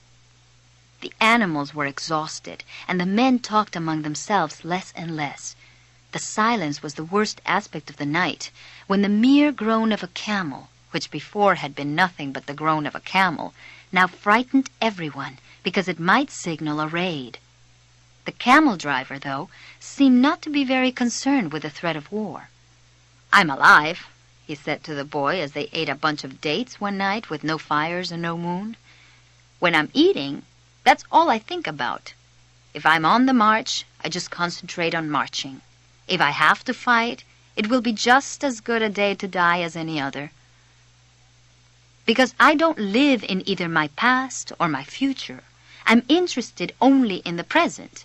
If you can concentrate always on the present, you'll be a happy man. You'll see that there is life in the desert, that there are stars in the heavens, and that tribesmen fight because they are a part of the human race." 2 nights later, as he was getting ready to bed down, the boy looked for the star they followed every night. He thought that the horizon was a bit lower than it had been, because he seemed to see stars on the desert itself. "It's the oasis," said the camel driver. "Why don't we go there right now?" the boy asked. "Because we have to sleep." The boy awoke as the sun rose. There in front of him, where the small stars had been the night before, was an endless row of date palms, stretching across the entire desert. "We've done it!" said the Englishman, who had also awakened early. But the boy was quiet.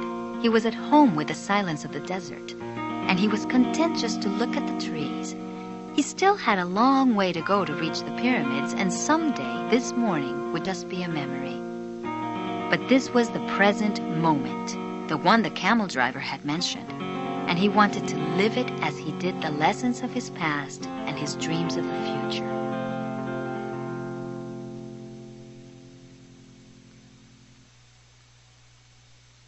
The times rush past, and so do the caravans, thought the alchemist as he watched the hundreds of people and animals arriving at the oasis.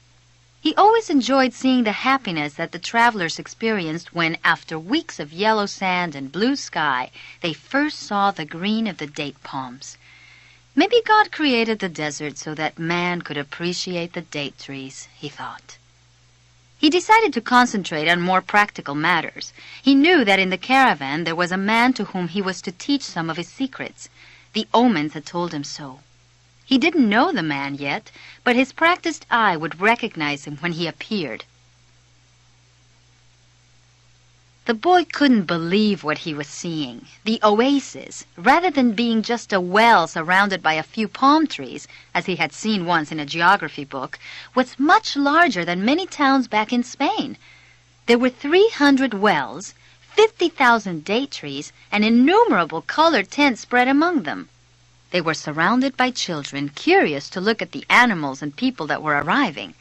The men of the oasis wanted to know if they had seen any fighting, and the women competed with one another for access to the cloth and precious stones brought by the merchants. The silence of the desert was a distant dream. The travelers in the caravan were talking incessantly, laughing and shouting as if they had emerged from the spiritual world and found themselves once again in the world of people. They had been taking careful precautions in the desert, But the camel driver explained to the boy that oases were always considered to be neutral territories because the majority of the inhabitants were women and children. There were oases throughout the desert, but the tribesmen fought in the desert, leaving the oases as places of refuge. With some difficulty, the leader of the caravan brought all his people together and gave them his instructions. The group was to remain there at the oasis until the conflict between the tribes was over. Since they were visitors, they would have to share living space with those who lived there and would be given the best accommodations. That was the law of hospitality. Then he asked that everyone, including his own sentinels, hand over their arms to the men appointed by the tribal chieftains. "Those are the rules of war," the leader explained. "The oases may not shelter armies or troops." That first day, everyone slept from exhaustion, including the Englishman. The boy was assigned a place far from his friend in a tent with 5 other young men of about his age. They were people of the desert and clamored to hear his stories about the great cities. The next day, the Englishman came into the tent. "I need you to help me find out where the alchemist lives." First, they tried to find him on their own. An alchemist would probably live in a manner that was different from that of the rest of the people at the oasis, and it was likely that in his tent an oven was continuously burning. They searched everywhere and found that the oasis was much larger than they could have imagined. There were hundreds of tents. The boy approached a woman who had come to the well to fill a goatskin with water. "Good afternoon, ma'am. I'm trying to find out where the alchemist lives here at the oasis." The woman said that she had never heard of such a person and hurried away. But before she fled, she advised the boy that he had better not try to converse with women who were dressed in black, because they were married women. He should respect tradition. After a while, a young woman approached who was not dressed in black. She had a vessel on her shoulder and her head was covered by a veil, but her face was uncovered. The boy approached her to ask about the alchemist. At that moment, it seemed to him that time stood still and the soul of the world surged within him. When he looked into her dark eyes and saw that her lips were poised between a laugh and silence, he learned the most important part of the language that all the world spoke, the language that everyone on earth was capable of understanding in their heart.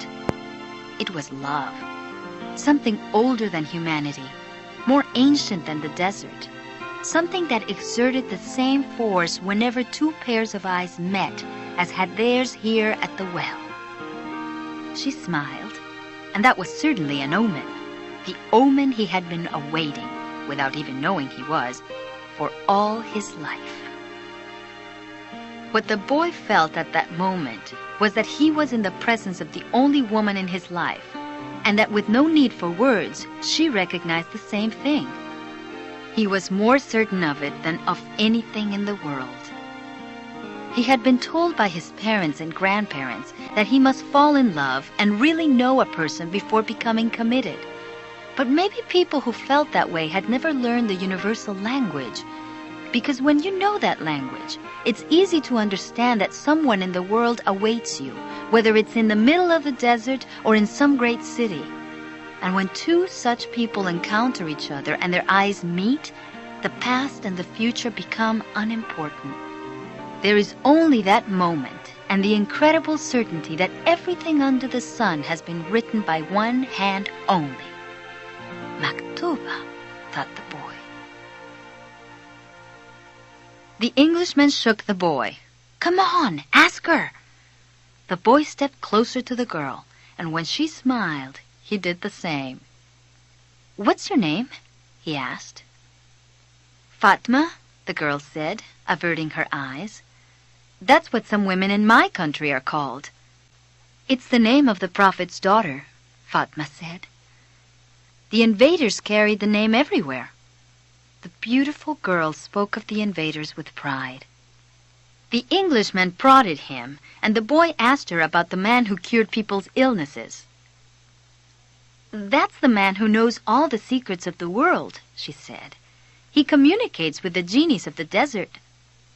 The genies were the spirits of good and evil, and the girl pointed to the south, indicating that it was there the strange man lived. Then she filled her vessel with water and left. The Englishman vanished too, gone to find the alchemist, and the boy sat there by the well for a long time, remembering that one day in Tarifa the Levanter had brought to him the perfume of that woman, and realizing that he had loved her before he even knew she existed. He knew that his love for her would enable him to discover every treasure in the world. The next day, the boy returned to the well, hoping to see the girl. To his surprise, the Englishman was there, looking out at the desert. "I waited all afternoon and evening," he said. "He appeared with the first stars of evening. I told him what I was seeking, and he asked me if I had ever transformed lead into gold. I told him that was what I had come here to learn. He told me I should try to do so. That's all he said. Go and try." The boy didn't say anything. The poor Englishman had traveled all this way only to be told that he should repeat what he had already done so many times. "So then try," he said to the Englishman. "That's what I'm going to do. I'm going to start now." As the Englishman left, Fatma arrived and filled her vessel with water. "I came to tell you just one thing," the boy said. "I want you to be my wife. I love you." The girl dropped the container and the water spilled. "I'm going to wait here for you every day. I have crossed the desert in search of a treasure that is somewhere near the pyramids, and for me the war seemed a curse. But now it's a blessing, because it brought me to you." "The war is going to end someday," the girl said. The boy looked around him at the date palms. He reminded himself that he had been a shepherd, and that he could be a shepherd again. Fatma was more important than his treasure. "The tribesmen are always in search of treasure," the girl said, as if she had guessed what he was thinking. "And the women of the desert are proud of their tribesmen." She refilled her vessel and left. The boy went to the well every day to meet with Fatma. He told her about his life as a shepherd, about the king, and about the crystal shop. They became friends, and except for the 15 minutes he spent with her, each day seemed that it would never pass. When he had been at the oasis for almost a month, the leader of the caravan called a meeting of all the people traveling with him. "We don't know when the war will end, so we can't continue our journey," he said. "The battles may last for a long time, perhaps even years. There are powerful forces on both sides, and the war is important to both armies. It's not a battle of good against evil. It's a war between forces that are fighting for the balance of power, and when that type of battle begins, it lasts longer than others because Allah is on both sides." The people went back to where they were living, and the boy went to meet with Fatma that afternoon. He told her about the morning's meeting. "The day after we met," Fatma said, "you told me that you loved me. Then you taught me something of the universal language and the soul of the world. Because of that, I have become a part of you." The boy listened to the sound of her voice and thought it to be more beautiful than the sound of the wind in the date palms. "I have been waiting for you here at this oasis for a long time. I have forgotten about my past, about my traditions, and the way in which men of the desert expect women to behave. Ever since I was a child, I have dreamed that the desert would bring me a wonderful present. Now my present has arrived, and it's you." The boy wanted to take her hand, but Fatma's hands held to the handles of her jug. "You have told me about your dreams, about the old king and your treasure, and you told me about omens. So now I fear nothing, because it was those omens that brought you to me. And I am a part of your dream, a part of your destiny, as you call it. That's why I want you to continue toward your goal. If you have to wait until the war is over, then wait. But if you have to go before then, go on in pursuit of your dream. The dunes are changed by the wind, but the desert never changes. That's the way it will be with our love for each other. Maktub, she said, if I am really a part of your dream, you'll come back one day. The boy went to look for the Englishman.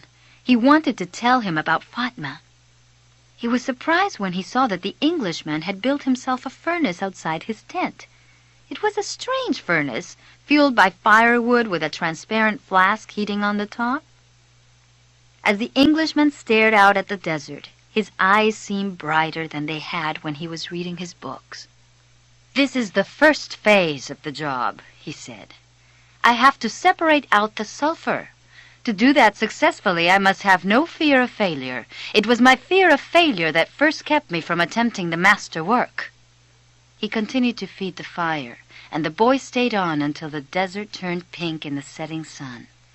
He felt the urge to go out into the desert, to see if its silence held the answers to his questions. He wandered for a while, keeping the date palms of the oasis within sight. He listened to the wind and felt the stones beneath his feet.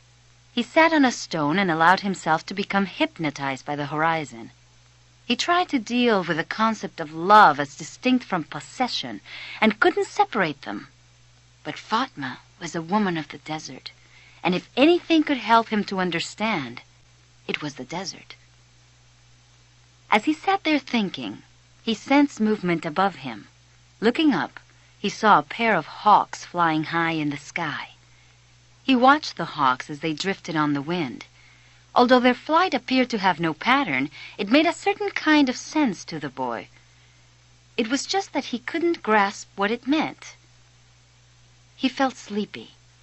In his heart, he wanted to remain awake, but he also wanted to sleep.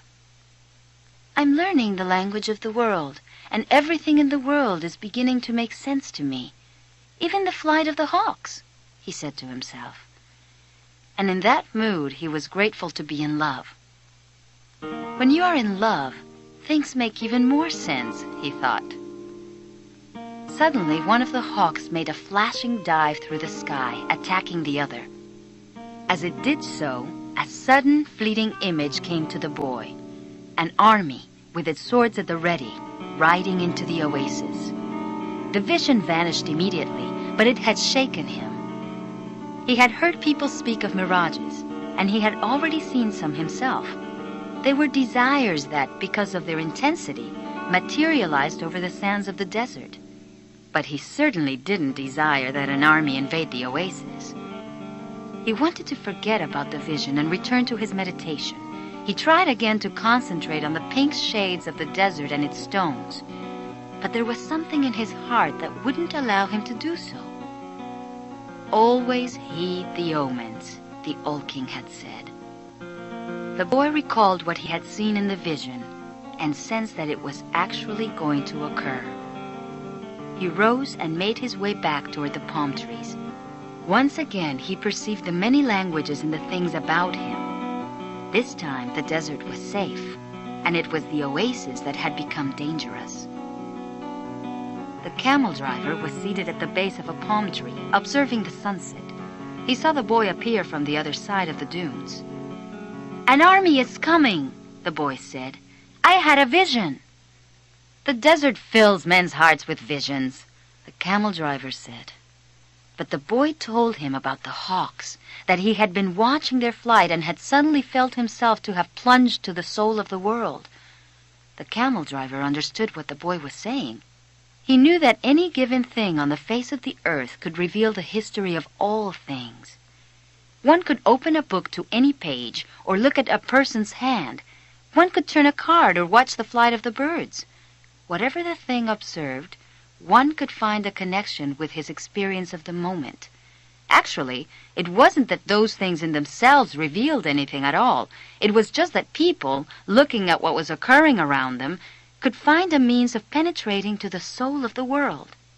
The desert was full of men who earned their living based on the ease with which they could penetrate to the soul of the world. They were known as seers, and they were held in fear by women, the elderly, and many tribesmen, too. The camel driver had once asked a seer what the circumstances were under which God would allow him to see the future. "Only when he himself reveals it," the seer had said. And God only rarely reveals the future. When he does so, it is for only one reason. It's a future that was written so as to be altered. God had shown the boy a part of the future, the camel driver thought. Why was it that he wanted the boy to serve as his instrument? "Go and speak to the tribal chieftains," said the camel driver. "Tell them about the armies that are approaching." "They'll laugh at me." "They're men of the desert, and the men of the desert are used to dealing with omens." "Well, then they probably already know." "They're not concerned with that right now. They believe that if they have to know about something Allah wants them to know, someone will tell them about it. It has happened many times before, but this time the person is you." The boy approached the guard at the front of the huge white tent at the center of the oasis. "I want to see the chieftains.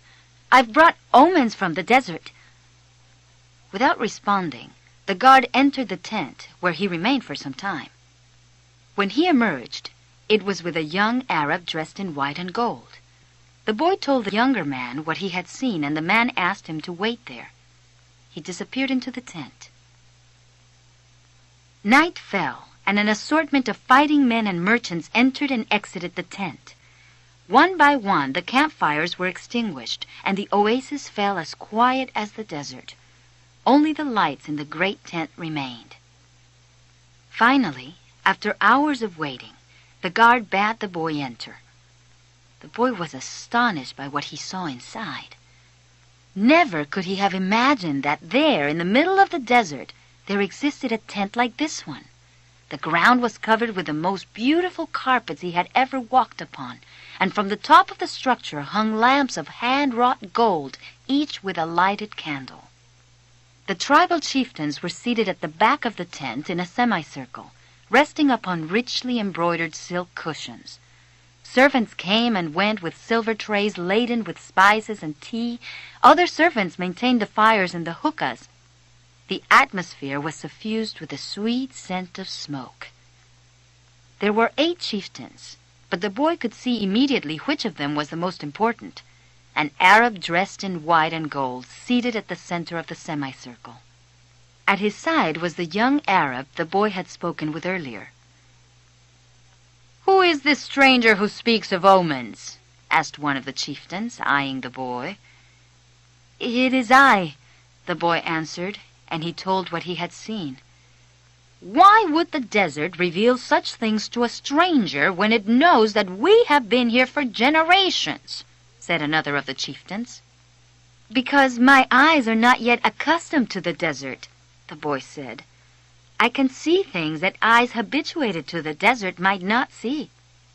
And also because I know about the soul of the world," he thought to himself.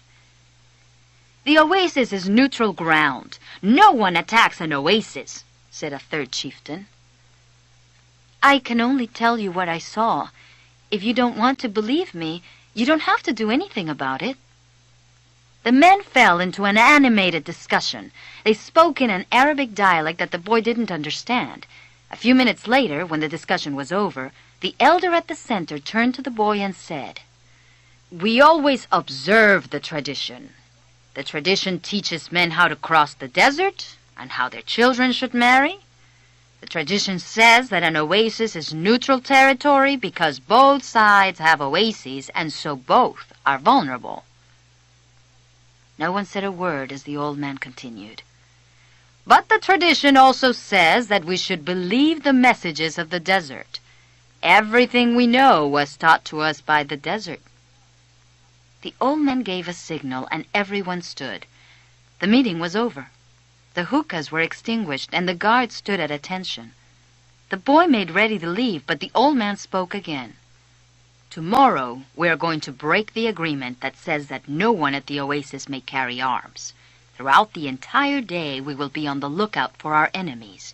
When the sun sets, the men will once again surrender their arms to me. For every 10 dead men among our enemies, you will receive a piece of gold." But arms cannot be drawn unless they also go into battle. Arms are as capricious as the desert, and if they are not used, the next time they might not function. If at least one of them hasn't been used by the end of the day tomorrow, one will be used on you. Returning to his tent, walking along in the silence, the boy had no regrets. If he died tomorrow, it would be because God was not willing to change the future. He would at least have died after crossing the strait, after having worked in a crystal shop, and after having known the silence of the desert and Fatma's eyes. Suddenly he heard a thundering sound, and he was thrown to the ground by a wind such as he had never known. The area was swirling in dust so intense that it hid the moon from view. Before him was an enormous white horse, rearing over him with a frightening scream. When the blinding dust had settled a bit, the boy trembled at what he saw. Astride the animal was a horseman dressed completely in black, with a falcon perched on his left shoulder. He wore a turban, and his entire face, except for his eyes, was covered with a black kerchief. The strange horseman drew an enormous curved sword from a scabbard mounted on his saddle. The steel of its blade glittered in the light of the moon. "Who dares to read the meaning of the flight of the hawks?" he demanded so loudly that his words seemed to echo through the 50,000 palm trees of El Fayoum. "It is I who dare to do so," said the boy, and he lowered his head to receive a blow from the sword. "Many lives will be saved because I was able to see through to the soul of the world." The sword didn't fall. Instead, the stranger lowered it slowly until the point touched the boy's forehead. It drew a droplet of blood. "Why did you read the flight of the birds?" the stranger asked, more quietly. "I read only what the birds wanted to tell me. They wanted to save the oasis. Tomorrow, all of you will die, because there are more men at the oasis than you have." The stranger withdrew the sword from the boy's forehead, and the boy felt immensely relieved. "Be careful with your prognostications," said the stranger. "When something is written, there is no way to change it." "All I saw was an army," said the boy. "I didn't see the outcome of the battle." The stranger seemed satisfied with the answer, but he kept the sword in his hand. "What is a stranger doing in this strange land?" "I'm following my destiny. It's not something you would understand." The stranger placed his sword in its scabbard, and the boy relaxed. "I had to test your courage," the stranger said. "Courage is the quality most essential to understanding the language of the world. You must not let up, even after having come so far. You must love the desert, but never trust it completely, because the desert tests all men. It challenges every step and kills those who become distracted." What he said reminded the boy of the old king.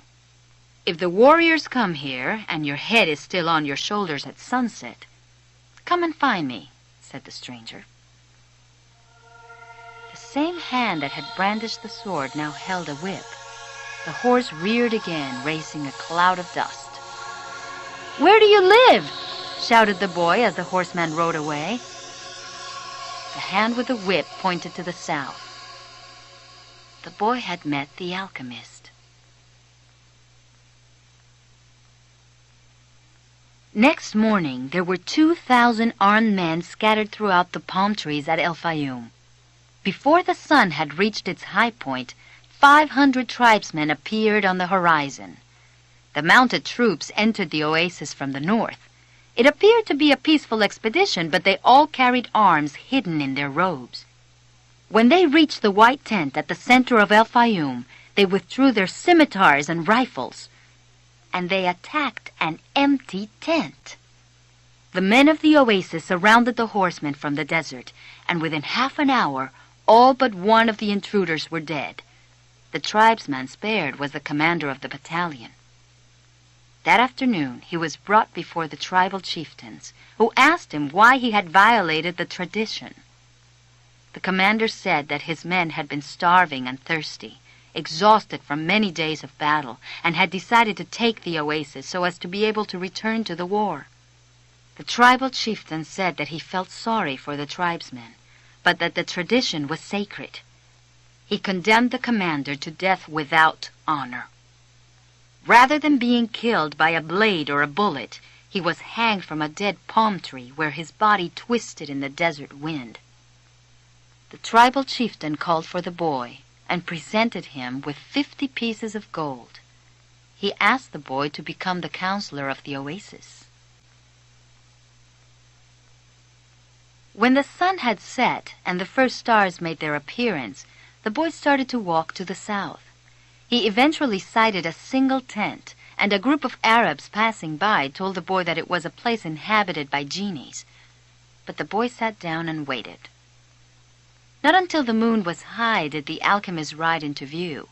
Dismounting from his horse, he signaled that the boy should enter the tent with him. It was a tent like many at the oasis. The boy looked around for the ovens and other apparatus used in alchemy, but saw none. There were only some books in a pile, a small cooking stove, and carpets covered with mysterious designs. "Why did you want to see me?" the boy asked. "Because of the omens," the alchemist answered. "The wind told me you would be coming, and that you would need help." "It's not I the wind spoke about. It's the other foreigner, the Englishman. He's the one that's looking for you. He has other things to do first, but he's on the right track. He has begun to try to understand the desert." "And what about me?" "When a person really desires something, all the universe conspires to help that person to realize his dream," said the alchemist, echoing the words of the old king. "So, are you going to instruct me?" "No. You already know all you need to know. I'm only going to point you in the direction of your treasure." "But I have already found my treasure. I have a camel, I have my money from the crystal shop, and I have 50 gold pieces. In my own country, I would be a rich man." "But none of that is from the pyramids," said the alchemist. "I also have Fatma. She's a treasure greater than anything else I have won. She wasn't found at the pyramids either. Tomorrow, sell your camel and buy a horse. Camels are traitorous. They walk thousands of paces and never seem to tire. Then suddenly they kneel and die. But horses tire bit by bit. You always know how much you can ask of them and when it is that they are about to die." The following night, the boy appeared at the alchemist's tent with a horse. The alchemist was ready, and he mounted his own steed and placed his falcon on his left shoulder.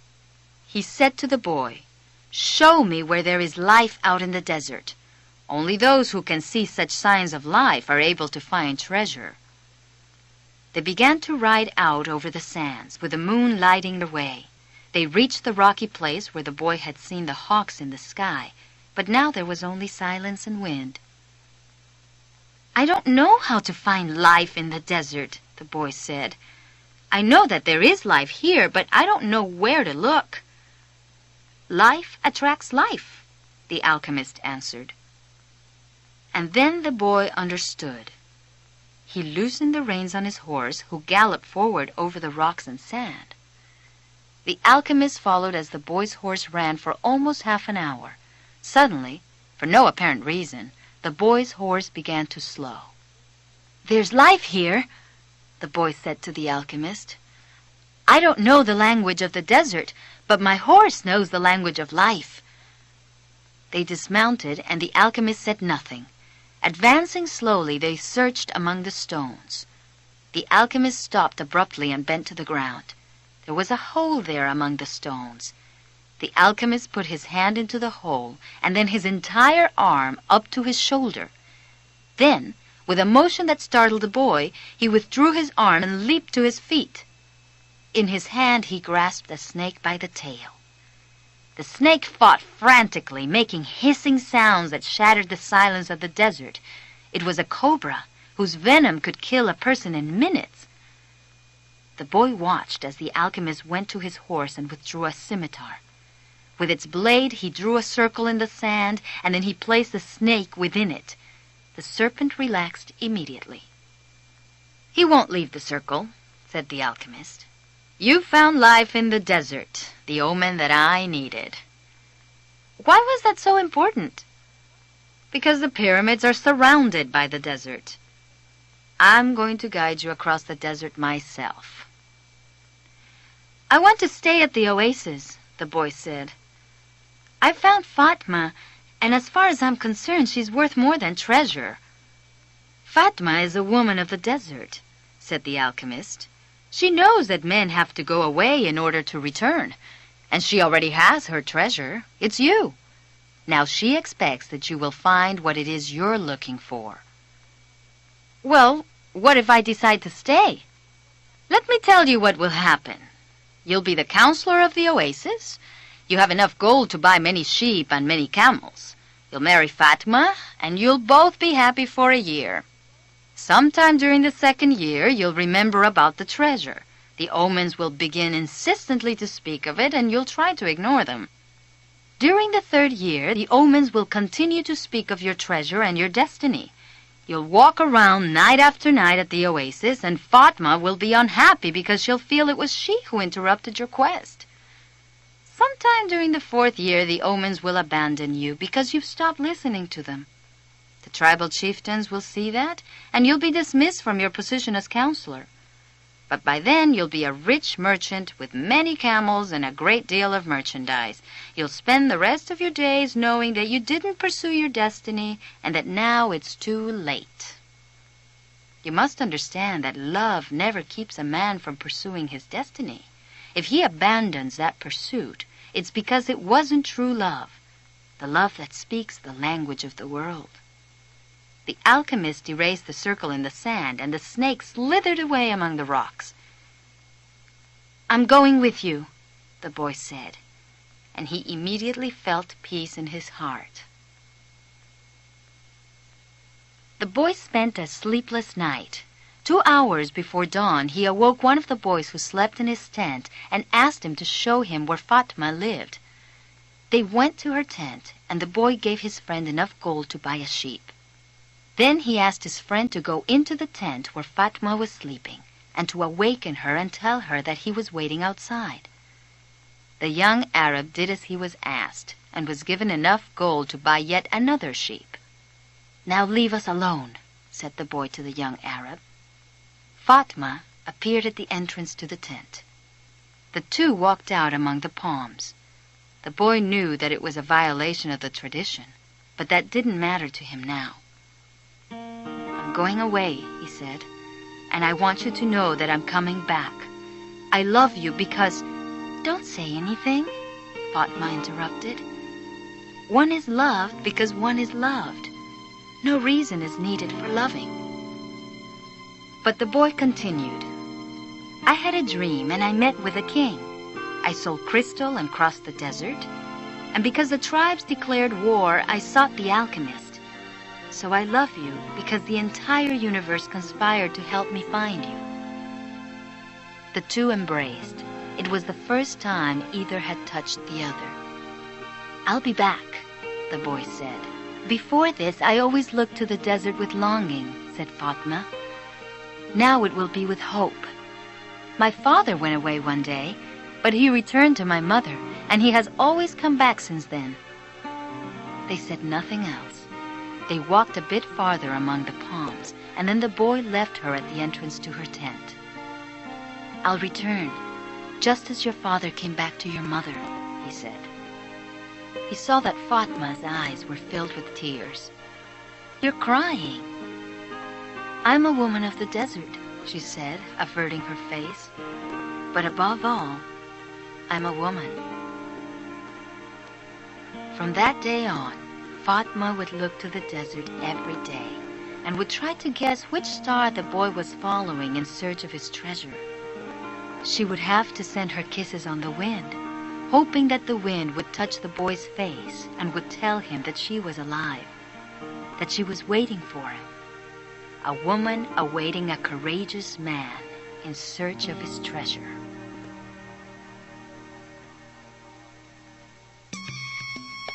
The alchemist and the boy began to ride across the sands of the desert.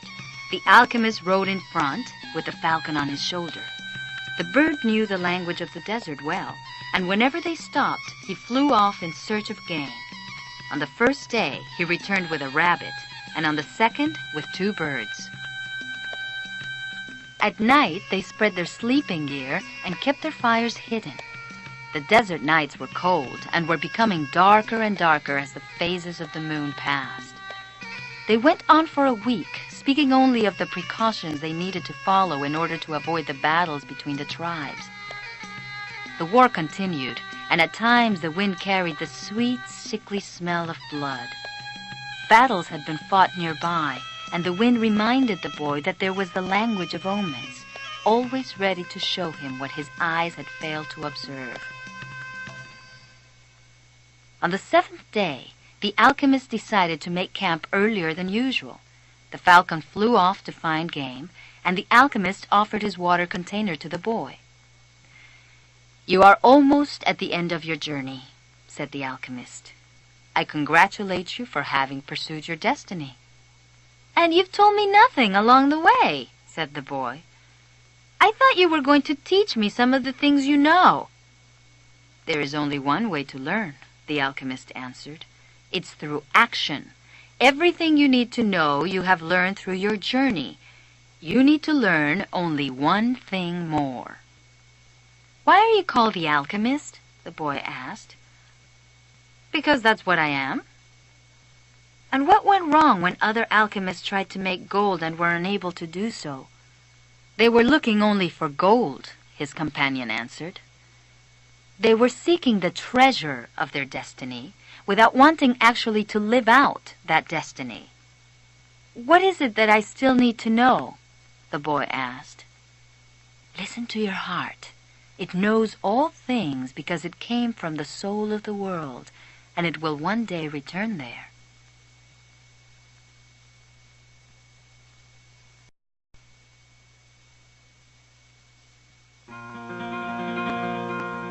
Crossed the desert for another 2 days in silence.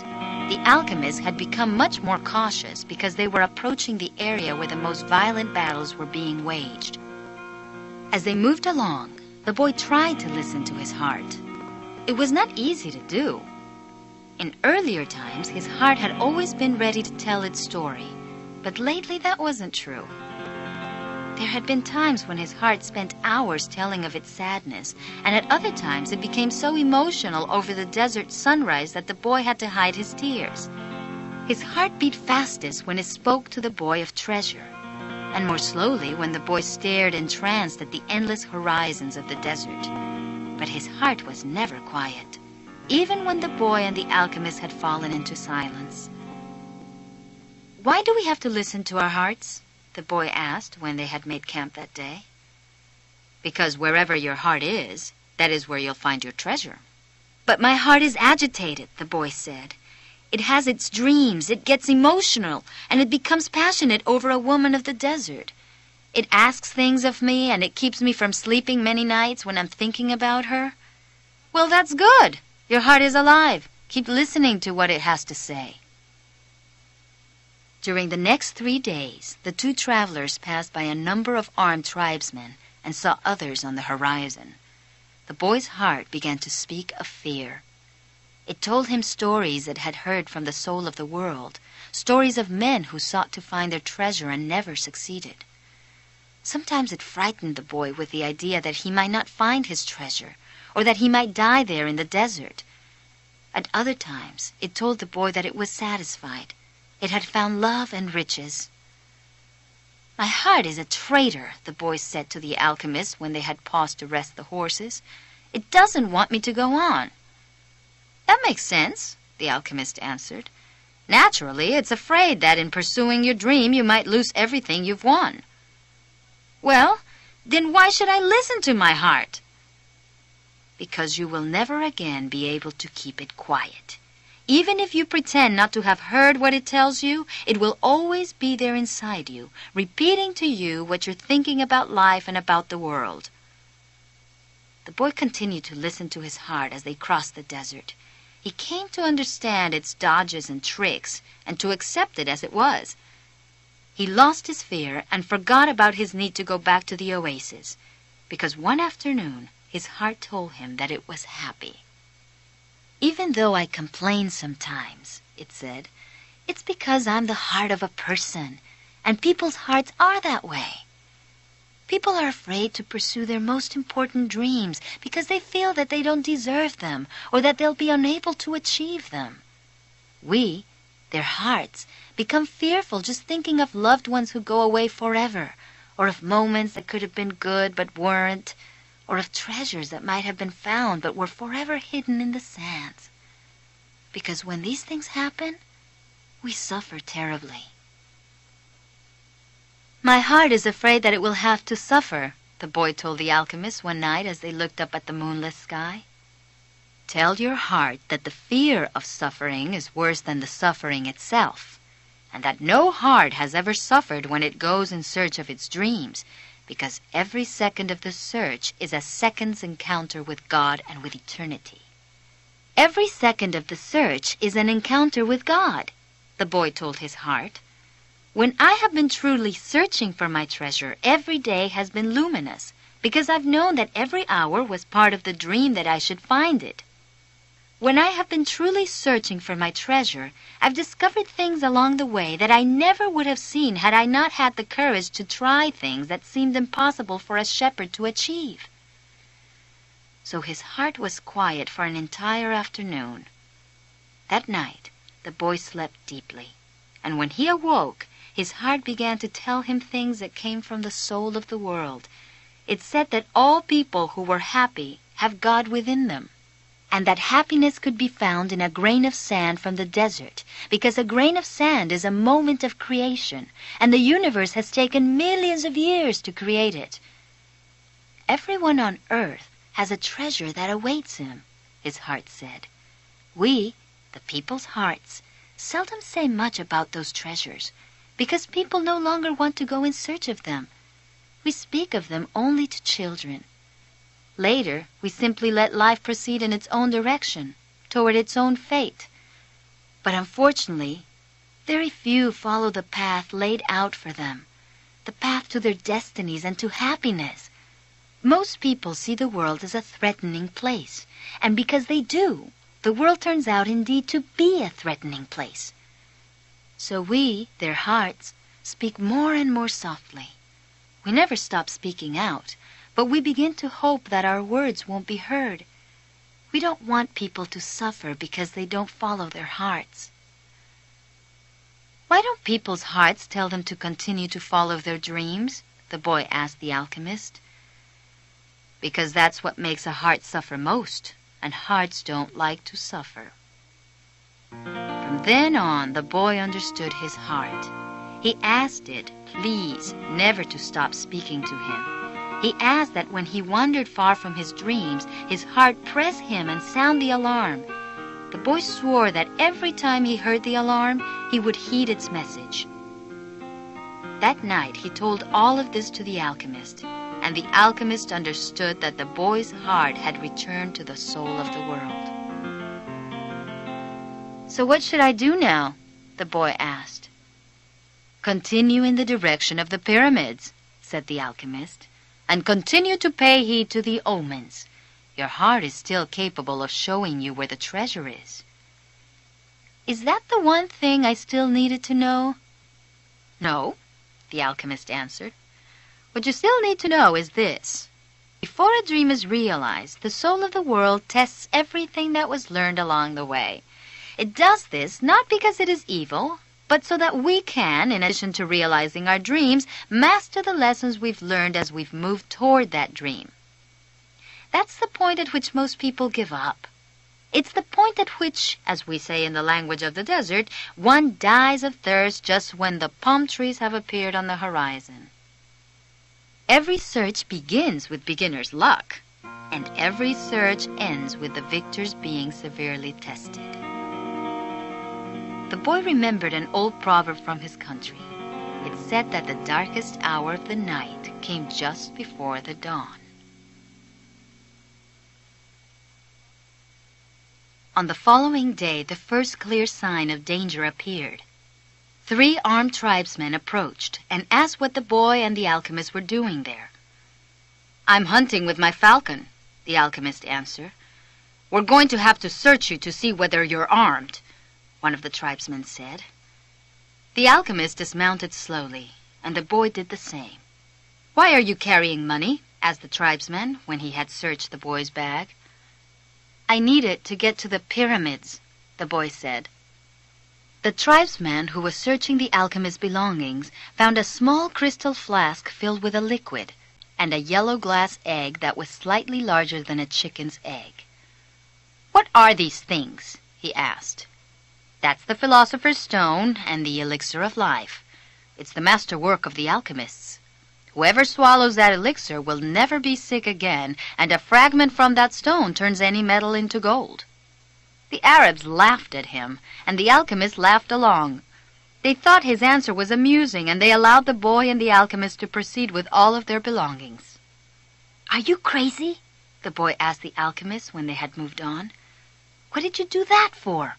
"To show you one of life's simple lessons," the alchemist answered. "When you possess great treasures within you and try to tell others of them, seldom are you believed." They continued across the desert. With every day that passed, the boy's heart became more and more silent. It no longer wanted to know about things of the past or future. It was content simply to contemplate the desert and to drink with the boy from the soul of the world. The boy and his heart had become friends, and neither was capable now of betraying the other. One afternoon, they passed by the encampment of one of the tribes. At each corner of the camp were Arabs garbed in beautiful white robes, with arms at the ready. The men were smoking their hookahs and trading stories from the battlefield. No one paid any attention to the 2 travelers. "There's no danger," the boy said when they had moved on past the encampment. The alchemist sounded angry. "Trust in your heart, but never forget that you're in the desert. When men are at war with one another, the soul of the world can hear the screams of battle. No one fails to suffer the consequences of everything under the sun." All things are one, the boy thought. And then, as if the desert wanted to demonstrate that the alchemist was right, 2 horsemen appeared from behind the travelers. "You can't go any farther," one of them said. "You're in the area where the tribes are at war." "I'm not going very far," the alchemist answered, looking straight into the eyes of the horsemen. They were silent for a moment, and then agreed that the boy and the alchemist could move along. The boy watched the exchange with fascination. "You dominated those horsemen with the way you looked at them," he said. "Your eyes show the strength of your soul," answered the alchemist. Finally, when they had crossed the mountain range that extended along the entire horizon, the alchemist said that they were only 2 days from the pyramids. "If we're going to go our separate ways soon," the boy said, "then teach me about alchemy." "You already know about alchemy. It is about penetrating to the soul of the world and discovering the treasure that has been reserved for you." "No, that's not what I mean. I'm talking about transforming lead into gold." The alchemist fell as silent as the desert and answered the boy only after they had stopped to eat. "Everything in the universe evolved," he said, "and for wise men, gold is the metal that evolved the furthest. Don't ask me why. I don't know why. I just know that the tradition is always right. Men have never understood the words of the wise, so gold, instead of being seen as a symbol of evolution, became the basis for conflict. Those who were interested only in gold forgot that lead, copper, and iron have their own destinies to fulfill, and anyone who interferes with the destiny of another thing never will discover his own." The sun was setting when the boy's heart sounded a danger signal. They were surrounded by gigantic dunes, and the boy looked at the alchemist to see whether he had sensed anything, but he appeared to be unaware of any danger. 5 minutes later, the boy saw 2 horsemen waiting ahead of them. Before he could say anything to the alchemist, the 2 horsemen had become 10, and then 100. And then they were everywhere in the dunes. They were tribesmen dressed in blue, with black rings surrounding their turbans. Their faces were hidden behind blue veils, with only their eyes showing. Even from a distance, their eyes conveyed the strength of their souls, and their eyes spoke of death.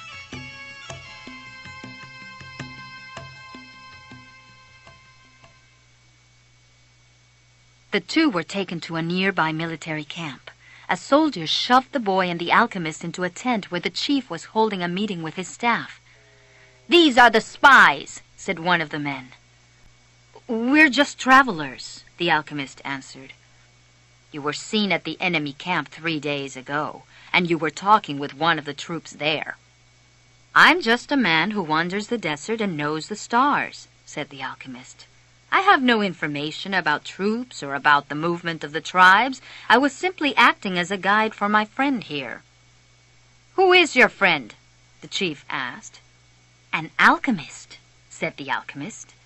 "He understands the forces of nature, and he wants to show you his extraordinary powers."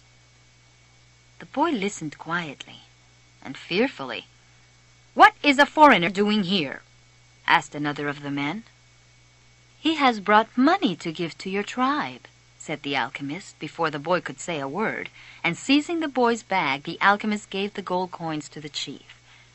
The Arab accepted them without a word. There was enough there to buy a lot of weapons.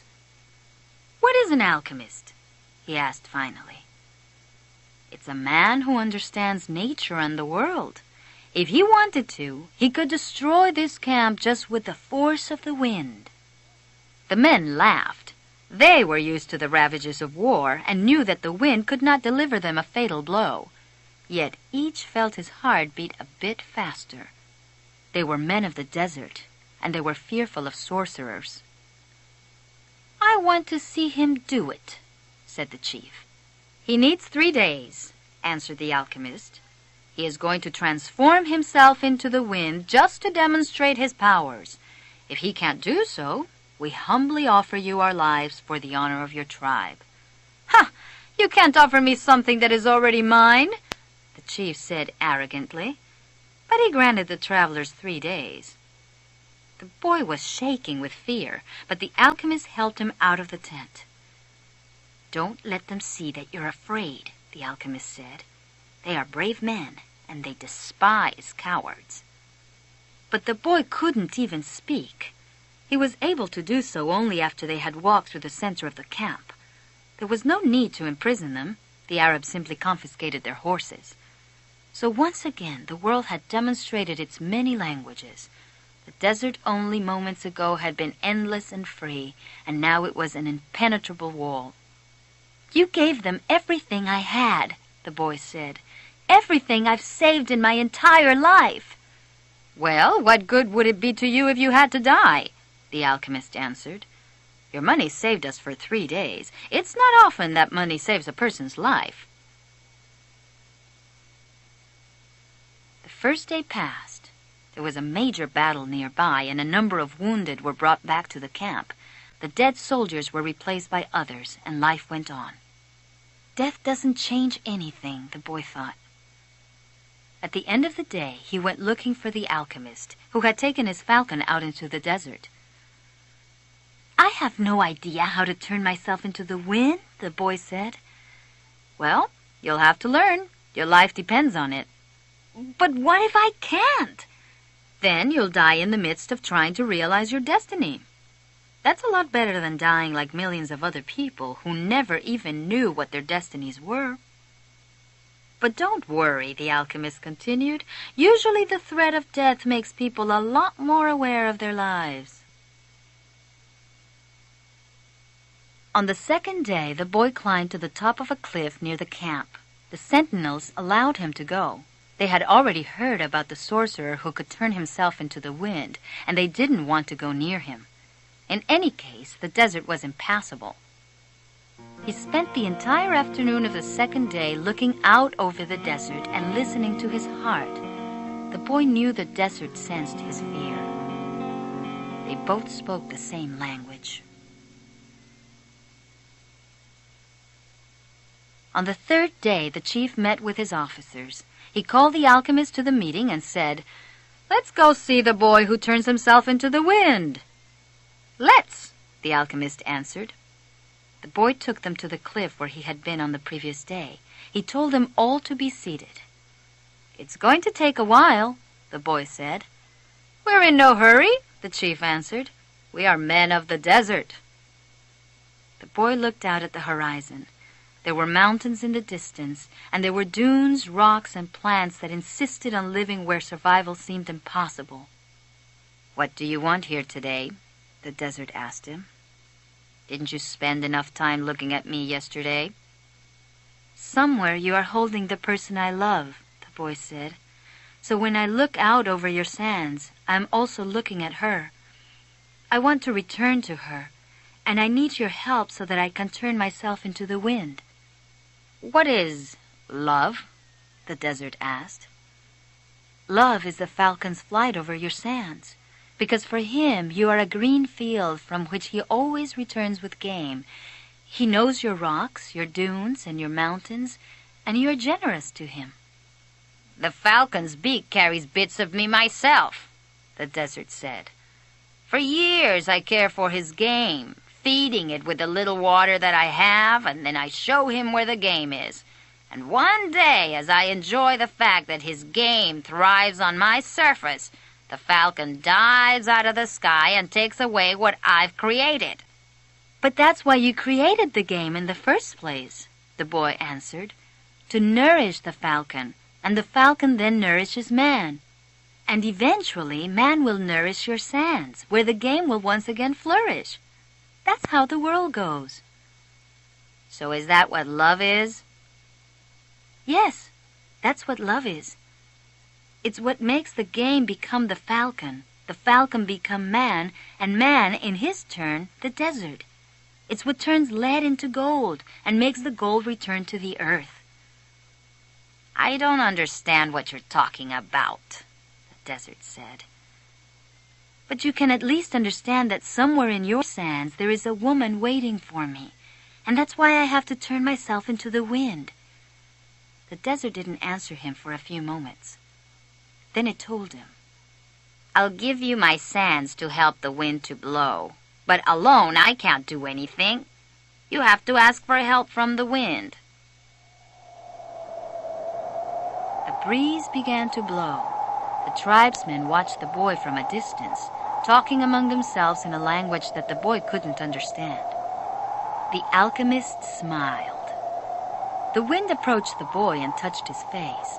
It knew of the boy's talk with the desert, because the winds know everything. They blow across the world without a birthplace and with no place to die. "Help me," the boy said. "One day you carried the voice of my loved one to me."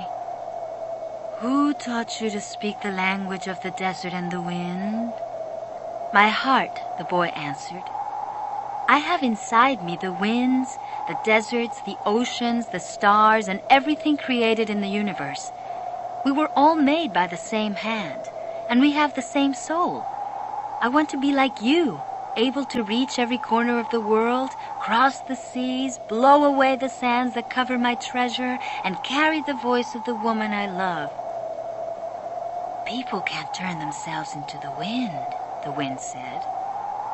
"Just teach me to be the wind for a few moments," said the boy, "so you and I can talk about the limitless possibilities of people and the winds."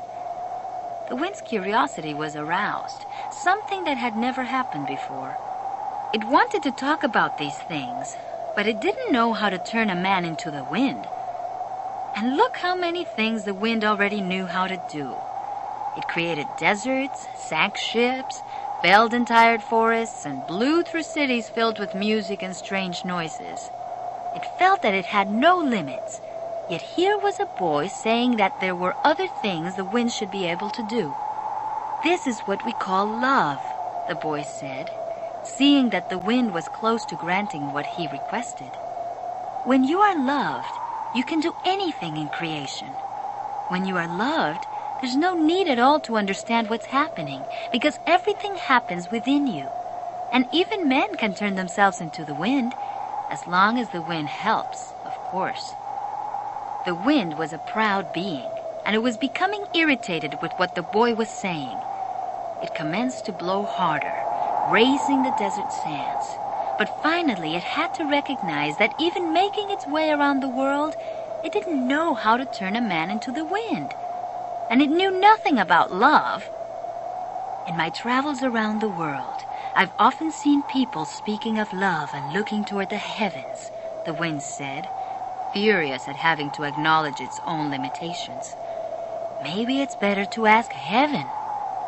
Well then, help me to do that, the boy said. Fill this place with a sandstorm so strong that it blots out the sun. Then I can look to heaven without blinding myself. So the wind blew with all its strength, and the sky was filled with sand. The sun was turned into a golden disk. At the camp, it was difficult to see anything. The men of the desert were already familiar with that wind. They called it the Samum, and it was worse than a storm at sea. Their horses cried out, and all their weapons were filled with sand. The wind told me that you know about love, the boy said to the sun. If you know about love, you must also know about the soul of the world, because it's made of love. From where I am, the sun said, I can see the soul of the world. It communicates with my soul, and together we cause the plants to grow and the sheep to seek out shade. From where I am, and I'm a long way from the earth, I learned how to love.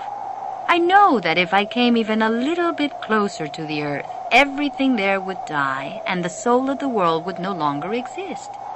So we contemplate each other, and we want each other, and I give it life and warmth, and it gives me my reason for living. You are wise, because you observe everything from a distance, the boy said. But I'm not sure you know about love. The sun thought about that and decided to shine more brightly. The wind, which was enjoying the conversation, started to blow with greater force so that the sun would not blind the boy. Why did you say that I don't know about love? The sun asked the boy. Because it's not love to be static like the desert, nor is it love to roam the world like the wind, and it's not love to see everything from a distance like you do. Love is the force that transforms and improves the soul of the world. When I first reached through to it, I thought the soul of the world was perfect. But later I could see that it was like other aspects of creation and had its own passions and wars. It is we who nourish the soul of the world, and the world we live in will be either better or worse depending on whether we become better or worse. And that's where the power of love comes in. Because when we love, we always strive to become better than we are. So what do you want of me? The sun asked. I want you to help me turn myself into the wind, the boy answered. Nature knows me as the wisest being in creation, the sun said. But I don't know how to turn you into the wind. Then whom should I ask? The sun thought for a minute. The wind was listening closely and wanted to tell every corner of the world that the sun's wisdom had its limitations, that it was unable to deal with this boy who spoke the language of the world. Speak to the hand that wrote all, said the sun. The wind screamed with delight and blew harder than ever. The tents were being blown from their ties to the earth, and the animals were being freed from their tethers. On the cliff, the men clutched at each other as they sought to keep from being blown away. The boy turned to the hand that wrote all. As he did so, he sensed that the universe had fallen silent, and he decided not to speak. A current of love rushed from his heart, and the boy began to pray. It was a prayer that he had never said before, because it was a prayer without words or pleas. In the silence, he understood that the desert, the wind, and the sun were also trying to understand the signs written by the hand, and were seeking to follow their paths and to understand what had been written on a single emerald. Only the hand could perform miracles, or transform the sea into a desert, or a man into the wind. because only the hand understood that it was a larger design that had moved the universe to the point at which 6 days of creation had evolved into a masterwork. The boy reached through to the soul of the world and saw that it was a part of the soul of God. And he saw that the soul of God was his own soul, and that he, a boy, could perform miracles. The Samum blew that day as it had never blown before. For generations thereafter, the Arabs recounted the legend of a boy who had turned himself into the wind, almost destroying a military camp in defiance of the most powerful chief in the desert. When the Samum ceased to blow, everyone looked to the place where the boy had been. But he was no longer there.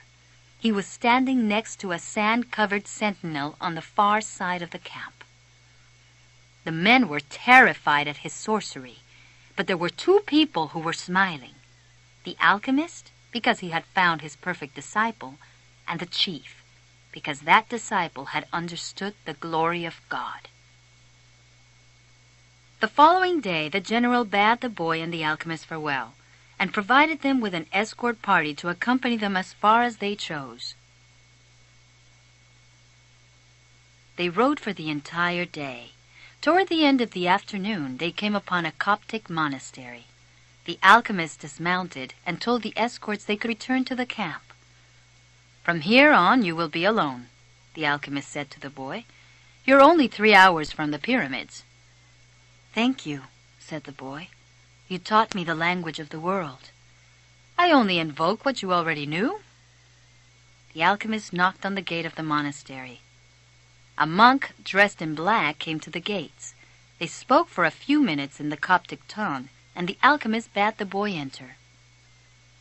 "I asked him to let me use the kitchen for a while," the alchemist smiled. They went to the kitchen at the back of the monastery. The alchemist lighted the fire, and the monk brought him some lead, which the alchemist placed in an iron pan. When the lead had become liquid, the alchemist took from his pouch the strange yellow egg.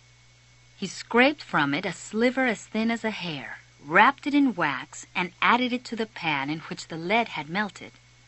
The mixture took on a reddish color, almost the color of blood. The alchemist removed the pan from the fire and set it aside to cool.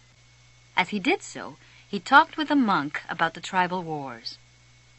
When the pan had cooled, the monk and the boy looked at it, dazzled. The lead had dried into the shape of the pan, but it was no longer lead. It was gold. "Will I learn to do that someday?" the boy asked. "This was my destiny, not yours," the alchemist answered. "But I wanted to show you that it was possible." They returned to the gates of the monastery. There the alchemist separated the disc into 4 parts. "This is for you," he said, holding one of the parts out to the monk. "It's for your generosity to us pilgrims." "But this payment goes well beyond my generosity," the monk responded. "Don't say that again. Life might be listening and give you less the next time." The alchemist turned to the boy. "This is for you, to make up for what you gave to the general." The boy was about to say that it was much more than he had given the general, but he kept quiet, because he had heard what the alchemist said to the monk. "And this is for me," said the alchemist, keeping one of the parts, "because I have to return to the desert, where there are tribal wars." He took the 4th part and handed it to the monk. "This is for the boy, if he ever needs it." "But I'm going in search of my treasure," the boy said. "I'm very close to it now." "And I'm certain you'll find it," the alchemist said. "Then why this?" "Because you have already lost your savings twice. Once to the thief and once to the general. I'm an old superstitious Arab, and I believe in our proverbs. There's one that says, everything that happens once can never happen again, but everything that happens twice will surely happen a 3rd time." They mounted their horses, now to ride in different directions. "Goodbye," the alchemist said. "Goodbye," said the boy. The boy rode along through the desert for several hours, listening avidly to what his heart had to say. It was his heart that would tell him where his treasure was hidden. Where your treasure is, there also will be your heart, the alchemist had told him. But his heart was speaking of other things. With pride, it told the story of a shepherd who had left his flock to follow a dream he had on 2 different occasions. It told of destiny and of the many men who had wandered in search of distant lands or beautiful women, confronting the people of their times with their preconceived notions. It spoke of journeys, discoveries, books, and change. As he was about to climb yet another dune, his heart whispered, "Be aware of the place where you are brought to tears. That's where I am, and that's where your treasure is." The boy climbed the dune slowly. A full moon rose again in the starry sky. It had been a month since he had set forth from the oasis. The moonlight cast shadows through the dunes, creating the appearance of a rolling sea. It reminded the boy of the day when the horse had reared in the desert and he had come to know the alchemist. And the moon fell on the desert silence and on a man's journey in search of treasure. When he reached the top of the dune, his heart leapt. There, illuminated by the light of the moon and the brightness of the desert, stood the solemn and majestic pyramids of Egypt. The boy fell to his knees and wept. He thanked God for making him believe in his destiny and for leading him to meet a king, a merchant, an Englishman, and an alchemist. And above all, for his having met a woman of the desert who had told him that love would never keep a man from his destiny. If he wanted to, he could now return to the oasis, go back to Fatima, and live his life as a simple shepherd. After all, the alchemist continued to live in the desert, even though he understood the language of the world and knew how to transform lead into gold. He didn't need to demonstrate his science and art to anyone. The boy told himself that on the way toward realizing his own destiny, he had learned all he needed to know and had experienced everything he might have dreamed of. But here he was at the point of finding his treasure, and he reminded himself that no project is completed until its objective has been achieved. The boy looked at the sands around him and saw that where his tears had fallen, a scarab beetle was scuttling through the sand. During his time in the desert, he had learned that in Egypt, the scarab beetles are a symbol of God.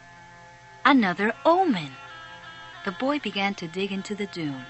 As he did so, he thought of what the crystal merchant had once said, that anyone could build a pyramid in his backyard. The boy could see now that he couldn't do so if he placed stone upon stone for the rest of his life. Throughout the night, the boy dug at the place he had chosen, but found nothing. He felt weighted down by the centuries of time since the pyramids had been built, but he didn't stop. He struggled to continue digging as he fought the wind, which often blew the sand back into the excavation. His hands were abraded and exhausted, but he listened to his heart. It had told him to dig where his tears fell. As he was attempting to pull out the rocks he encountered, he heard footsteps. Several figures approached him. Their backs were to the moonlight, and the boy could see neither their eyes nor their faces. "What are you doing here?" one of the figures demanded. Because he was terrified, the boy did not answer. He had found where his treasure was, and was frightened at what might happen. "We're refugees from the tribal wars, and we need money," another figure said. "What are you hiding there?" "I'm not hiding anything," the boy answered. But one of them seized the boy and yanked him back out of the hole. Another, who was searching the boy's bags, found the piece of gold. "There's gold here," he said. The moon shone on the face of the Arab who had seized him, and in the man's eyes the boy saw death. "He's probably got more gold hidden in the ground." They made the boy continue digging, but he found nothing. As the sun rose, the men began to beat the boy. He was bruised and bleeding, his clothing was torn to shreds, and he felt that death was near.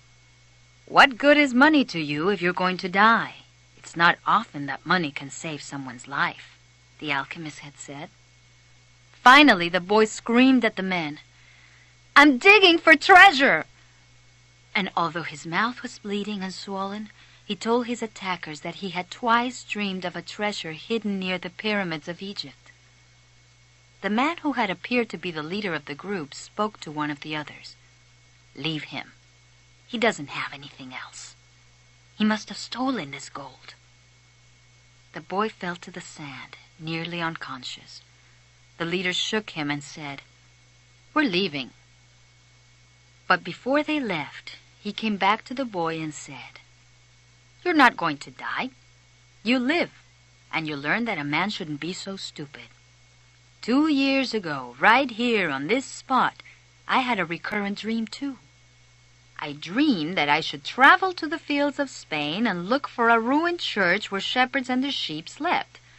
In my dream, there was a sycamore growing out of the ruins of the sacristy, and I was told that if I dug at the roots of the sycamore, I would find a hidden treasure. But I'm not so stupid as to cross an entire desert just because of a recurrent dream." And they disappeared. The boy stood up shakily and looked once more at the pyramids.